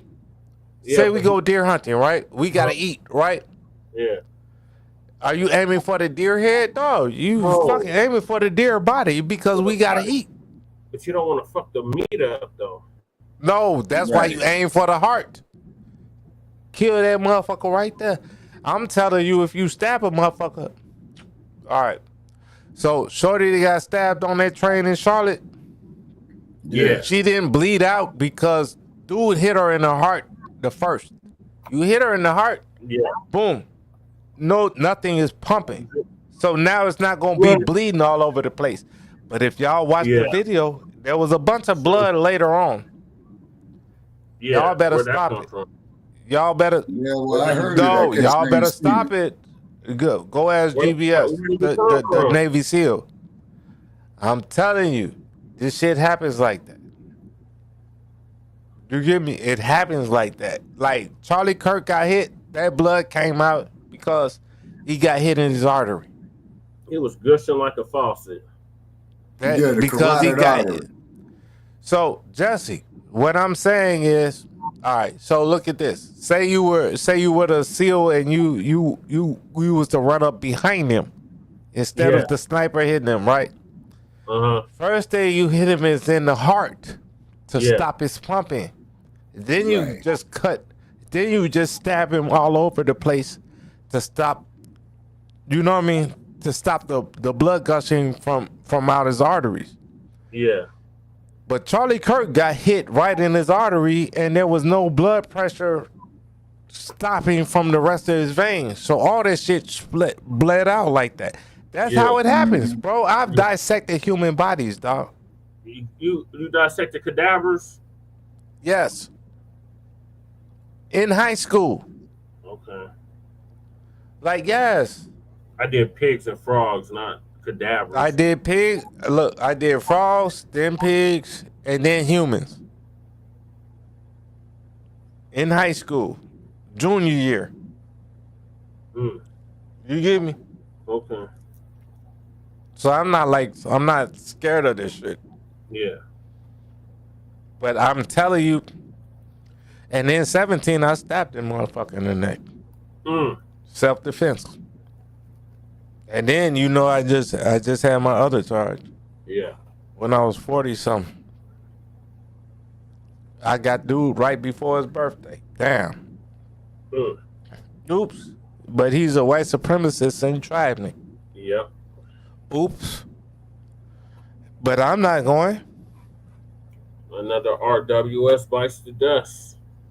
All right, and then you got to look at too, man, where he was debating, because I saw some past clips of him where he was debating with a brother, right? And this dude Kirk is going to say that black women shouldn't be having kids, number one. Number two, he was saying is that the main problem here in America is black gangs. Yeah, you know, somebody else said black gangs, and then what happened? Well, that was his last That neck twerk. That neck twerk. That neck twerk. He got pulled up out of the seat by his neck. If he's trying to eat, his adrenaline will lead, it ruins the meat. Right, that's what I'm saying, John. And that's why I generally cut the carotid artery and turn the meat upside down. Hey, so that's what I was saying, Jab. That's why you aim center mass. You hit the damn deer in his heart, so he die instantly. Like, oh, so the network, that was all right. So if Charlie Kirk was a deer, right? If Charlie Kirk were a deer, if he was standing up, it would have been a chest shot. But since he was sitting down, it had to be from the neck on up. I think dude missed. I think dude missed. He was aiming for the chest, but he missed. But then again, here's another theory. There could be a third party involved, you know, who knew what was going on and gave this dude. Okay. Oh, yeah, from Harlem. Yeah, man, the Harlem Renaissance, Jab. Yeah, the Harlem Renaissance. Yep. Okay. Now, the 9mm has one of drop at 100 yards. It was a chest shot that deflected off of steel armor. Man, come on, man. Man, that nigga was not wearing no armor. No, I got level 4 plates. That motherfucker was not wearing no armor under his shirt at all. He should have been. He got hit in his neck. He got hit straight. It went under his chin, and he got hit straight through his neck. That was not no, man, I've seen that shit from all angles. He got hit. Yeah, but he was sitting down. If he would have been standing up, that would have been a chest shot or an abdomen shot. No, but he got hit from kind of up high because it went through his chin and out his neck. But I know one thing, though, when I saw that little video they showed, when he got hit, man, that motherfucker was stiff as a board, man. Man, that bullet pulled him out his chair. Yeah. Yeah. It did. Yeah, so for all practical purposes, man, that dude was a DOA, man. Hey, Shabaka, it's like Like, I wouldn't do that shit to you, but it's like motherfucker getting slapped. You get me out the blue. He got slapped out the blue, and that shit went through his chin, out his neck. He didn't know what hit him. The shock fucked him up. Yep. He just You get me? Here. You get me? Like, if I snuck up on you, hey Shabaka, if I snuck up on you and just slapped you, right? You be like, what Which the ain't fuck? gonna happen, but what about it? And then I'm then it'll be reciprocated. Speaking hypothetically, Shabaka, he's not gonna actually do it. Okay, go ahead, man. That's all I'm saying. Like, hey Jesse, if I just snuck up behind you, you know what I mean? Lady Che, let me in the house, and then I just sneak up behind you while you screaming, bow, and then I just slap you, right? Yeah, You didn't know where the fuck that shit came from, right? Yeah, initially, yeah. But that's how I think he got hit. Down through his chin, out his neck, but that's not a slap. That's a whole bullet. Right. Yeah. Like, he out of there. He was out of there. He said the bullet hit his plate and tumbled into his neck. That's why the wound. That's a possibility. No, I saw it. It hit his chin. It hit the bottom of his chin and went out his neck. Oh, okay. Stop, Joe Blackson. I saw the shit. Dog, this shit hit the bottom of his chin and went out his neck, and then his jugular. That's what happened to him. Man. I saw this shit 11 by 14 from several angles. I've been forced to take a headshot. I think he was aiming for his chest, but since he was sitting down, he had No sniper aims for a headshot. They aim for chest. Yeah, but he was dead center mass. And Charlie did not have a fucking vest on. Remember, he was sitting down. He wasn't standing He up. didn't have a vest on. I don't know about if he had a vest on. You can watch him when he got killed. He didn't No, have he a did vest not on. have a vest on, Che. No, he didn't. But either way, he was sitting down. He wasn't standing up. Right. He picked up the mic and then he decided to say about, well, does that include gang violence? Bop. And got hit by that white boy. That's cruel reality. Yeah. CRU reality. Hey, Jesse, I be trying to say CRU because you know what the CRU means? Community, creative, revolutionary. Culture Revolution Underground. Culture Revolution Underground. Mm-hmm. You know, like the Weather Underground back in your day, Shabaka?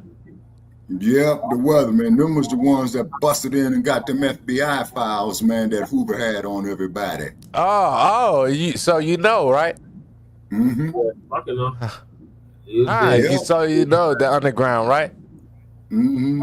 Yeah, they called them the weathermen. Yeah. The Weather Underground. Well, I'm Culture Revolution Underground. Saying that the black man needs Stop playing with me, Shabaka. to go home and acknowledging how the government drove with divided in the black family. Like I said, Black Joe, LGBT. A broken clock is right today. Hey, Shabaka. Yeah. I give you one of my vests, but I think it's gonna weigh you down. Everything before black. You ain't gonna be able to walk if I give you one of my vests to protect you. I asked him about the trans shooters. How many trans shooters? Now that's another thing. That's a very, very good question right there. Like that fool up there in Minnesota. You see what I'm saying? Yeah. And then you could tell just by looking at dude's picture, man, that he was all twisted up in the head anyway. You see what I'm saying? You know. But I tell you one thing, Hey, Sabaka, when was the last black person you saw shoot up a school? I've never seen a black person shoot. I've never seen that. Ever at all. Nope, not like with the way these fools is doing it out here in these burbs, man. You know what I'm saying? I just shot up the school in Evergreen. But let me finish this clip. Yeah, go ahead. Finish the clip.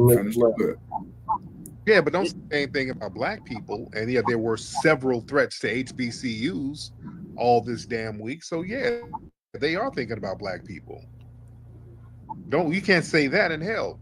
Charlie Kirk got popped in his neck talking about black people. He started talking about black people and got popped. Mm-hmm. So yeah, they circle back to us somehow. That's what I'm saying. Right now, they just can't tie us into it. It's very difficult for them to tie us into it. Yeah. You understand? Well, Tariq, you only got 4 black people in the whole state of Utah. So yeah, don't say it ain't about us, but you're not us, by the way. You're That's his Hispanic, point. sir. That's but the yeah, point. we already know. They're trying to. We know that they're trying to figure out how to tie us in. They're trying to say, well, damn it, did Tyler have rap records? Was he listening to Negroes rapping? I mean, can we tie the Negroes in somehow? They just haven't figured it out yet. You see? Yeah. We know. That's why we got our eye on this thing. We know it's any day. They gonna say he had a black girlfriend or something. They gonna, well, Tyler liked a black girl and she gave him some Popeye's chicken and it made him radical. They're gonna come up with something.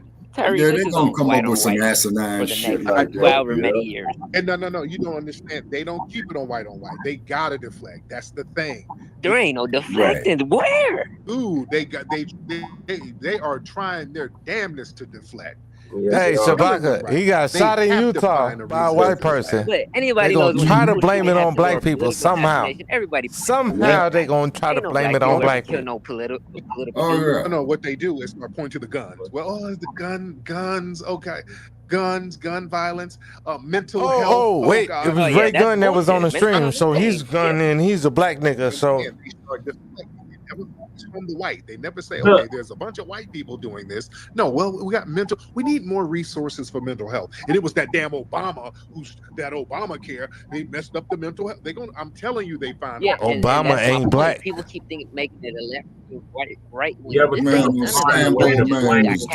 over his political views, and it's funny. The dude who supposedly shot him, he said, "Oh, I hate fascism." But he's the same guy who murdered a guy for having a different view of him. That's fascism. This is nonsense. Well, there it is. Thank you so much, Cam. Yeah, Joe Blackson. I tried to do a lot of research, bro, on everything. They don't want to. You ought to see this room and ain't nothing right now. But books and notes, man. You know what I'm saying? With white on white crime. Y'all don't understand. Y'all need to understand racism and white supremacy. Can we get deep, family? Joe, I don't think that man got hit in his chin and out his neck. Teach you guys. The plate don't work. The plate would never have helped him. I got level 4 ceramic plates. That shit would never have helped him. That man got hit out the bottom of his chin and through his neck. A plate would never have helped him, and I've got level 4 plates. Kill a black and don't ever cross into California with him, dead crew. You'll be doing 5 years. I just now the governor of Utah, Spencer Cox, he came out and he said something very interesting. Like, hey, Joe, you might have seen different videos than me, but I've seen videos from several angles. That man got hit in the bottom left of his chin, and it went out his neck, in and out his neck. That it was somebody from out of town. It was bad. It was bad when it happened. Somebody else. And all my prayers wasn't answered. Oh, it was somebody from our community. Oh, God. That's heavy for him to come out and say that. He was praying it was somebody else. Meaning, oh, please don't be white. Please don't be white and be from our community, which it was. Yeah, you understand? More time. Because now in the gun. They've lost their scapegoat narrative. White supremacy thrives on redirecting blame outward towards immigrants, black people, outsiders. When the perpetrators, you can't wear a vest or a gun in New York. The police are gonna run you down. You can't do that shit in New York. Stop it. It collapses, and it leaves them to face their own internal rot. So now you're forced to look at yourself, which is what they never want to do. But what you could do out here in Nevada, Jab, is that you can open carry except for Clark County. Yes, and we know what stealth armor is. That T-shirt, that level 3. It's not a 3+. It's level 3. But none of that shit would have helped him because he got shot through his chin and his neck. Chest armor wouldn't have helped him. the wall of white supremacy, they all go on alert. This Charlie Kirk getting murked like this by a fellow white person in a white area, the optics of this looks very weak for them. That exposed an internal weakness. See, the ideology of white supremacy, it markets itself as like a unified, infallible system. So a white perpetrator, that's why New York is a whack same city. Community shows disunity and I ain't never set foot in that motherfucker. That undermines the whole illusion of so I go to the hometown. The Democratic leadership. Understand? And that contradicts the whole other threat, because everything is all about what. That's why I don't go to Chicago like that, strapped. Well, I be strapped, but I don't be wearing my vest like asking him about mass shootings, and he started talking about, well, do you include gang violence? He was about to go on this whole anti-black spiel, and that's when he said gang violence and whap, that white violence. The white supremacists, they love to try to right in his neck. The threat comes from outside. Soon as he said, does that include gang violence? Right through his chin, out his neck. I saw what happened. A white local shooter that went through his lower left chin and out his neck. As soon as he picked that fucking mic. New York ain't whack. Where you from? New York is whack as hell. New York is whack because y'all can't have guns. We'll shoot the police in Chicago if they come run up on us. What's that on your waist? Man, get the fuck up off me. Members and things like that. And police, man, try it. Conduct street business. Street beefs with people they're doing street business with.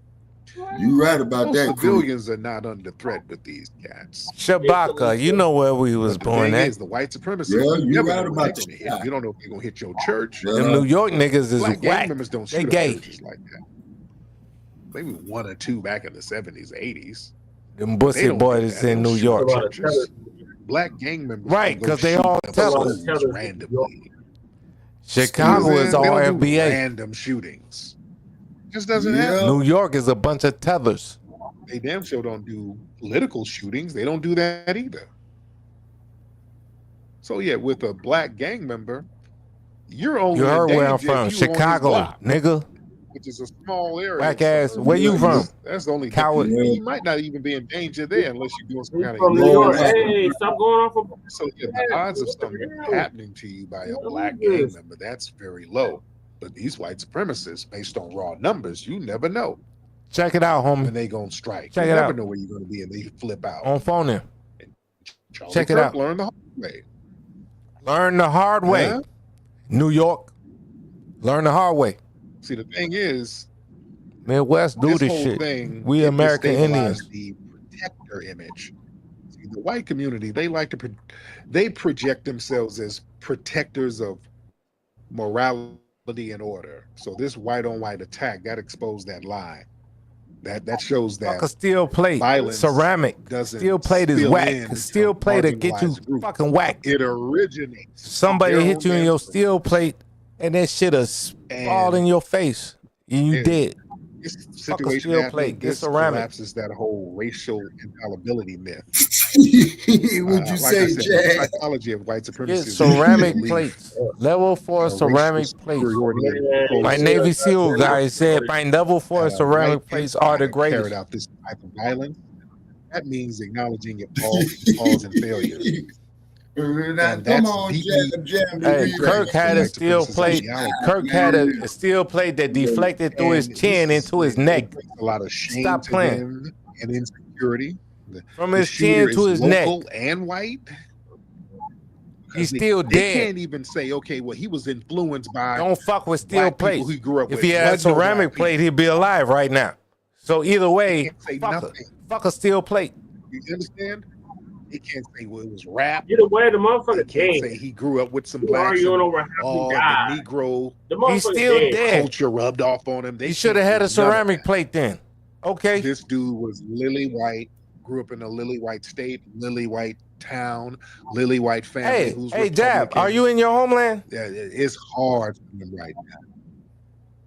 Are they The killing each other in energy your of the homeland? universe has forced them to face themselves. The Congo, You understand? short sleeve, long sleeve. And this Shit strips like away that. that whole strong fortress illusion that the white Talk about supremacists have. American They violence. rely on the perception that their communities are strong, unified, and untouchable. So when a white local shooter At least the makes that Chicago fortress look songs fragile, are the songs. and it looks like it's Do you make songs in your homeland? And this reveals the true source of violence. Statistically and historically, the greatest threat to white people has been other white people. Exactly. They like to sit up there with that 13, Same thing with them damn bullshit. Always Africans be killing each other villages. White people are not under threat by black people. Black people ain't gonna do nothing to you. Just stay the fuck away from me. me. You got a bunch of Tylers out there that's on 4chan right now. Who y'all didn't help get a bunch of guns. You understand? Telling them all the blacks are going to be coming, so you better tool. And you done radicalized them and got them all amped up with their guns. Hey, Joe, didn't y'all just kill all your villagers? Gonna get the person right next to them. Didn't y'all just kill all your villagers over there? Close to you. Huh? I think Joe is Casey. And the thing is, man, they fear losing control of the narrative. White supremacy. No, Joe's FBA too. It's about controlling perception. I think Joe is Casey. It's about power. See, a local white killer, that robs them of their narrative control, so they can't. So what? The Mexican got whooped in his fucking boxing match, didn't he? So they're left exposed and scrambling, and they're having a hard time dealing with that. Carnelo lost. When there is Carnelo lost, Jab. only one man. Hey, Shabaka, did you watch the fight? Boxed him scientifically. Hey, Shabaka, did you watch the fight? No, I just saw a bit of it, man. You know what I'm saying? And I spoke to a few people that watched it, and then from what I've seen on the clips, man, Terrence Crawford, you know, was a tactician on him. Man, look, Shabaka, say you swing at me, right? Yeah. I duck it, hit you in your gut, and then hit you in your jaw. Every time you swing at me, I give you two. Because I'll switch it on your ass. That's what I'm saying. Like every time Carnelo tried to swing on him, yeah, Butter gave him two. Yeah, but that's just it though, man. But you see, but what he was doing was what Bud was doing is that each time you get what I'm saying though? Every time you swing on me, I'm gonna give you two. Yeah, but that's just it. He did that, and that's how he won the fight. That's how he won the fight. Yeah, but also too, you got to catch him off balance to score heavy. That's what he did. I'm saying that's what he did, though, Shabaka. Yeah, that's what he did. Every time that Mexican swung at him, he gave him two, and then knocked him off balance. Yeah, exactly. And then Bud, man, he's a hell of a tactician. He's a hell of a tactician. I give it to him. You know what I'm saying? Because he whooped his ass scientifically is what he did, you know? Yeah, he did that. Yeah, and then toward the end, Canelo was up there trying to rally from behind, you know, and then I had a... And then, look, I'm sorry, Jesse. I'm sorry, Jesse. I'm trying to be cool with Shabaka. Yeah, y'all are actually on agreement on something. So, like, Shabaka, did you see the different rings? You like the Mexican ring, he wasn't telling him shit. He was just wiping his face down. Yeah. But you get to the black dude ring, he was like, man, just come on, you got him. Just James Brown, just dance on his ass. You got him. You talking about in his corner? Yeah. Right, that's what I'm talking about. Yeah, in his corner. Right. But the Mexican corner was bogus. Yeah. But the niggas corner was. Man, just James Brown, keep James Brown and on him. And he had the two white Mexicans wiping his sweat off. Yeah. But he had his nigga right there, his Shabaka. Man, come on, keep James Brown dancing on this nigga. Yeah. Yeah, and then you give me every time he swing, hit him in his gut, then hit him in his face. Yep. Yeah, and then what happens is that for each fight that they have in Vegas, right? The corner registered for each fight. Now the chief trainer, okay, you know, he had a great corner man though, Shabaka. Yeah, that's it. He's been having that same corner man his whole career. You see what I'm saying? Right, but the black dude had the greatest corner man. That Mexican had the bogus corner man. Yeah, and okay, wasn't Freddie Roach in this corner tonight? Jamboree. I think that was Freddie Roach. Yeah, because I met Freddie Roach. But if y'all saw the fight, right, the nigga, he had two Mexicans wiping his face off and wiping his shit, but he had a nigga in his ear. Yeah, okay. The chief trainer is the one that's in his ear. The other two ones wiping them off, those are the assistant trainers. The only Now, thing but if you watch the Mexican dude, he only had two Mexicans, and then he had a chief trainer, but that nigga was standing in front of him, and he wasn't telling them shit. And that's why he got whacked everything. Yep. You get me? That's why he went back in the ring and got whacked. Okay. No, it was his coach. Yeah, Jab. It was his coach. Yeah. It was his coach. Please elaborate on that there, Jab. Hey, look, even I don't like you, Shabaka, but you would tell me to go in that ring. Hey, gun, fuck it, I don't like you, but go hit that motherfucker in his gut. Every time he swing at you, hit him in his gut. No, and if I was the trainer, brother, you would be head hunting. If I was the trainer, brother, you would be head hunting. And then once you ring that motherfucker's bell, man, then you tear up his gut. But I got a head hunt. Why? Because I got to hit him in his gut to bring his head down here. Wow. Nope. What you do is, man, you slip his power shot, man. You come in there with that inside right hand straight to his chin. Hey, did you see the fight, Shabaka? Hold on, No, I Lady Che just woke up. Go ahead, Lady Che. Man, go back to sleep, Lady Che. Ain't no ask you nothing. Go ahead, Lady Che. Y'all all getting the dozens going. Go ahead, Lady Che. I didn't even start right yet. I just woke up. Right, I heard nothing but loud ass talking. What was I say? Was it?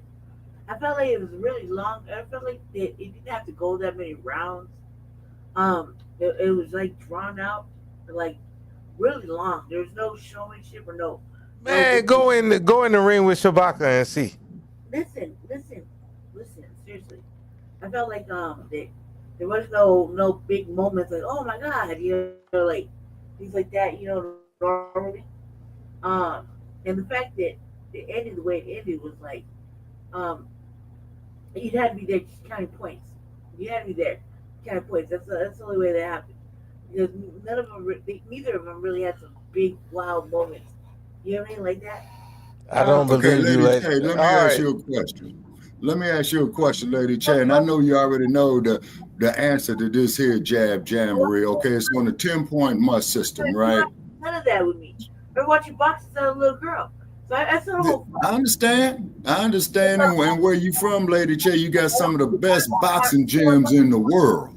I was right. Somebody at Crawford, so I was right. Yep. You had to tell me nothing about it because I was watching the whole thing. And I was like, okay, how did you score the fight, Lady Che? Did you fill you out a scorecard? How did you score the fight? I put like, never forget talking to y'all. I chose him for the win. He is, Jab. Go ahead, Lady Che. You're right there, Jab. Yeah, that's the first. He made history. Yeah. Hey, Shabaka. Hey, Shabaka, did you watch the fight? I'm sorry. Sixth round. No, I didn't. I had a homie of mine who was telling me about it, man. You know what I'm saying? Hey, Shabaka, pretend you got your guard up, right? Mm-hmm. And I'm just punching your guard and making your guard hit you in your face. Mm-hmm. No, you ain't gonna do that to me. I'm just punching your guard and making your guard. When you throw your power shot, I'm gonna roll, man, spin you around, man, and catch you with the hook. But what I'm saying is, that uppercut. every time you swing like I'm faster than you, so I'm just like, all right. So Shabaka, you got your guard up, right? Mm-hmm. But I'm punching your guard and making your guard hit you in your face. That's just all I'm doing for the first 3 rounds. And then when you get mad about me, you swing and then I duck and then I hit you in your gut and then hit you in your jaw. That's what Crawford. And then I just jab you again in your arm. That's how the fight went. That's what I just said. Like, dude was getting pissed off. Canelo was getting pissed off. And then he'll swing and use all his energy. And it's over with. and then Yeah, you get you right jabbed about again that, in his Joe. It face. is too rigged to bet on, man. That's why I didn't go drop nothing on the fight, man. You know, just for that reason right there, Joe. Hey, but hey, look, the Mexican Independence Day, they lost. Louisiana Purchase, motherfucker. There's no showmanship. There's nothing like wow. Hey, Jesse, you heard me? I told them motherfuckers. I said, y'all thought it's Mexican independence, it's Louisiana Purchase, bitch. Yes, you're off mute, Lady J. Okay, then that's what I just said, right? Instead of all this extra shit, I just said that. I just summed it all up. It's pretty much not. It was just like that. It took all motherfuckers to the end of the fight. There was really any showmanship. Just repetitive, fucking the same motion. That's it. There wasn't like anything else, anything showy or you're like, oh my god, like. Jesse, you let her up. It's pretty much what I just said, right? Okay. Jesse, you let her wake up. No, cause y'all just. I was just fucking with you. No, Y'all woke her up. y'all woke me up, man. Because Man, tell her to go back to sleep. I'm going back to sleep. We're going now. No, she ain't going back to sleep now. Oh man, you know how these light-skinned girls be. You know what, man? Oh Lord, here you go. Never mind. I don't even want to talk no more. Y'all, she about to cuss you out. I don't want to. I don't want I said it. I said it. I said it. to. I just say, go ahead, Carrie, and I just. Yeah, jamboree, they were, man, you know, because I was talking to a couple of them cats, man, on Shabaka. Facebook. Play. Go ahead, just go ahead and play this. All right, I got a whole nother clip to play, y'all. The mascot different. Thank you for saving me from Lady Chase Shabaka. Yeah, because you know she'll go smooth the fuck off. I ain't shouldn't say no more. I'm tired of motherfuckers calling me. Everyone has been waiting to hear. We are following breaking news. This is the mugshot of the 22-year-old man who authorities say killed conservative influencer Charlie. Yeah, he's 6 Tyler feet. Robinson That got him up is there on his that name, alignment and he board. was arrested overnight, Yeah, roughly he's 3 6 hours foot. south of where he allegedly fired that shot that killed Kirk in front of thousands of people as he was speaking at Utah Valley University in Orem, Utah, as part of a college tour. I'll tell you how Robinson's family knew that they were living with the person now accused of a horrifying assassination. This is a breaking Man, news I got all edition they of On the pictures. Case presented It was at the by gun Law range and on everything. Crime. I'm Chris Stewart. Since he was 11. Well, first off, a major sigh of relief right now Right, that I'll this send you the suspect pictures. is in Like- custody. This And when you arrest break being down made your weapons overnight. and lock and Let's load, get into man, you what want we to see know with your about 22-year-old fingertips. Tyler Robinson lives in Washington County. Man, It's in Shabaka, the stop. southwestern part of the state of Utah. It's roughly 3 hours south. Allegedly killed Charlie Kirk as Kirk was speaking on his college tour at Utah Exactly, Valley Joe. University in front Sure, of you're thousands right. Yeah.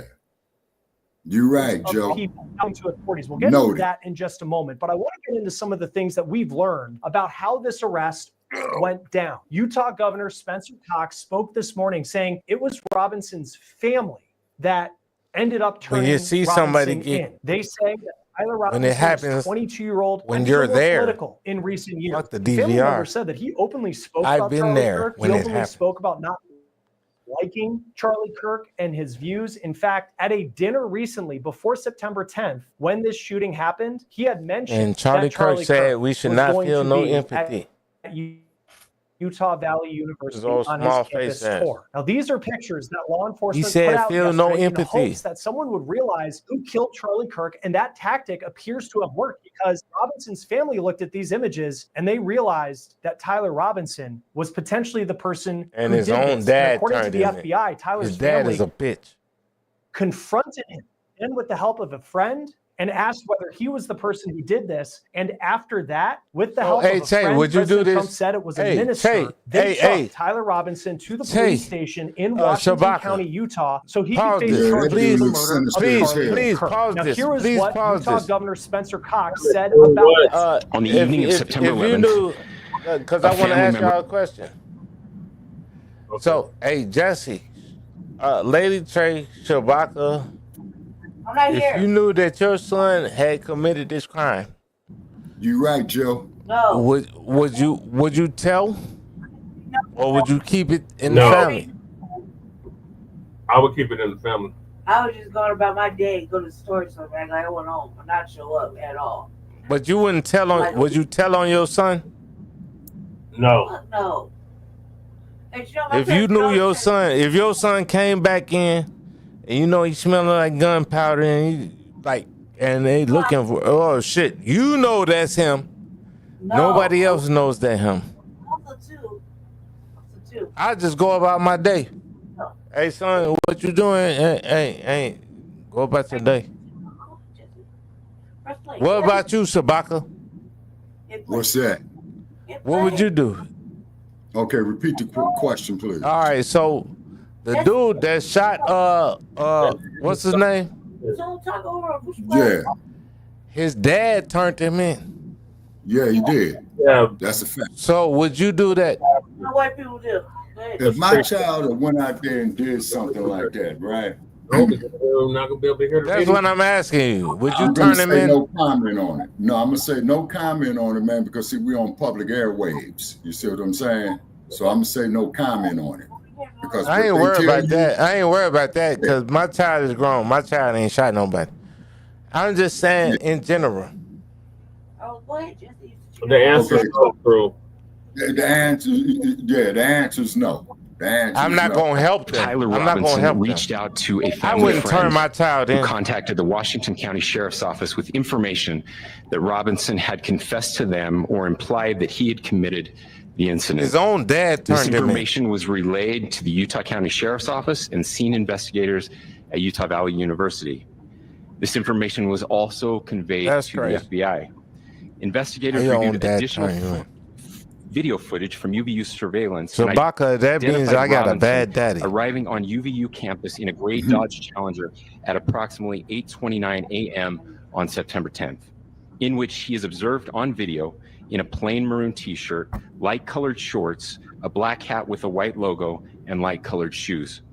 When encountered in person by investigators in Washington County on September 12th, in the early morning hours, Robinson was observed in consistent clothing with those surveillance images. Investigators interviewed a family member of Robinson who stated that Robinson had become more political in recent years. The family member referenced a recent incident in which Robinson came to dinner prior to September 10th, and in the conversation with another family member, Robinson mentioned Charlie Kirk was coming to UVU. They talked about why they didn't like him and the viewpoints that he had. The family member also stated Kirk was full of hate and spreading hate. The family member also confirmed Robinson had Jesse, we can say that about a whole bunch of people.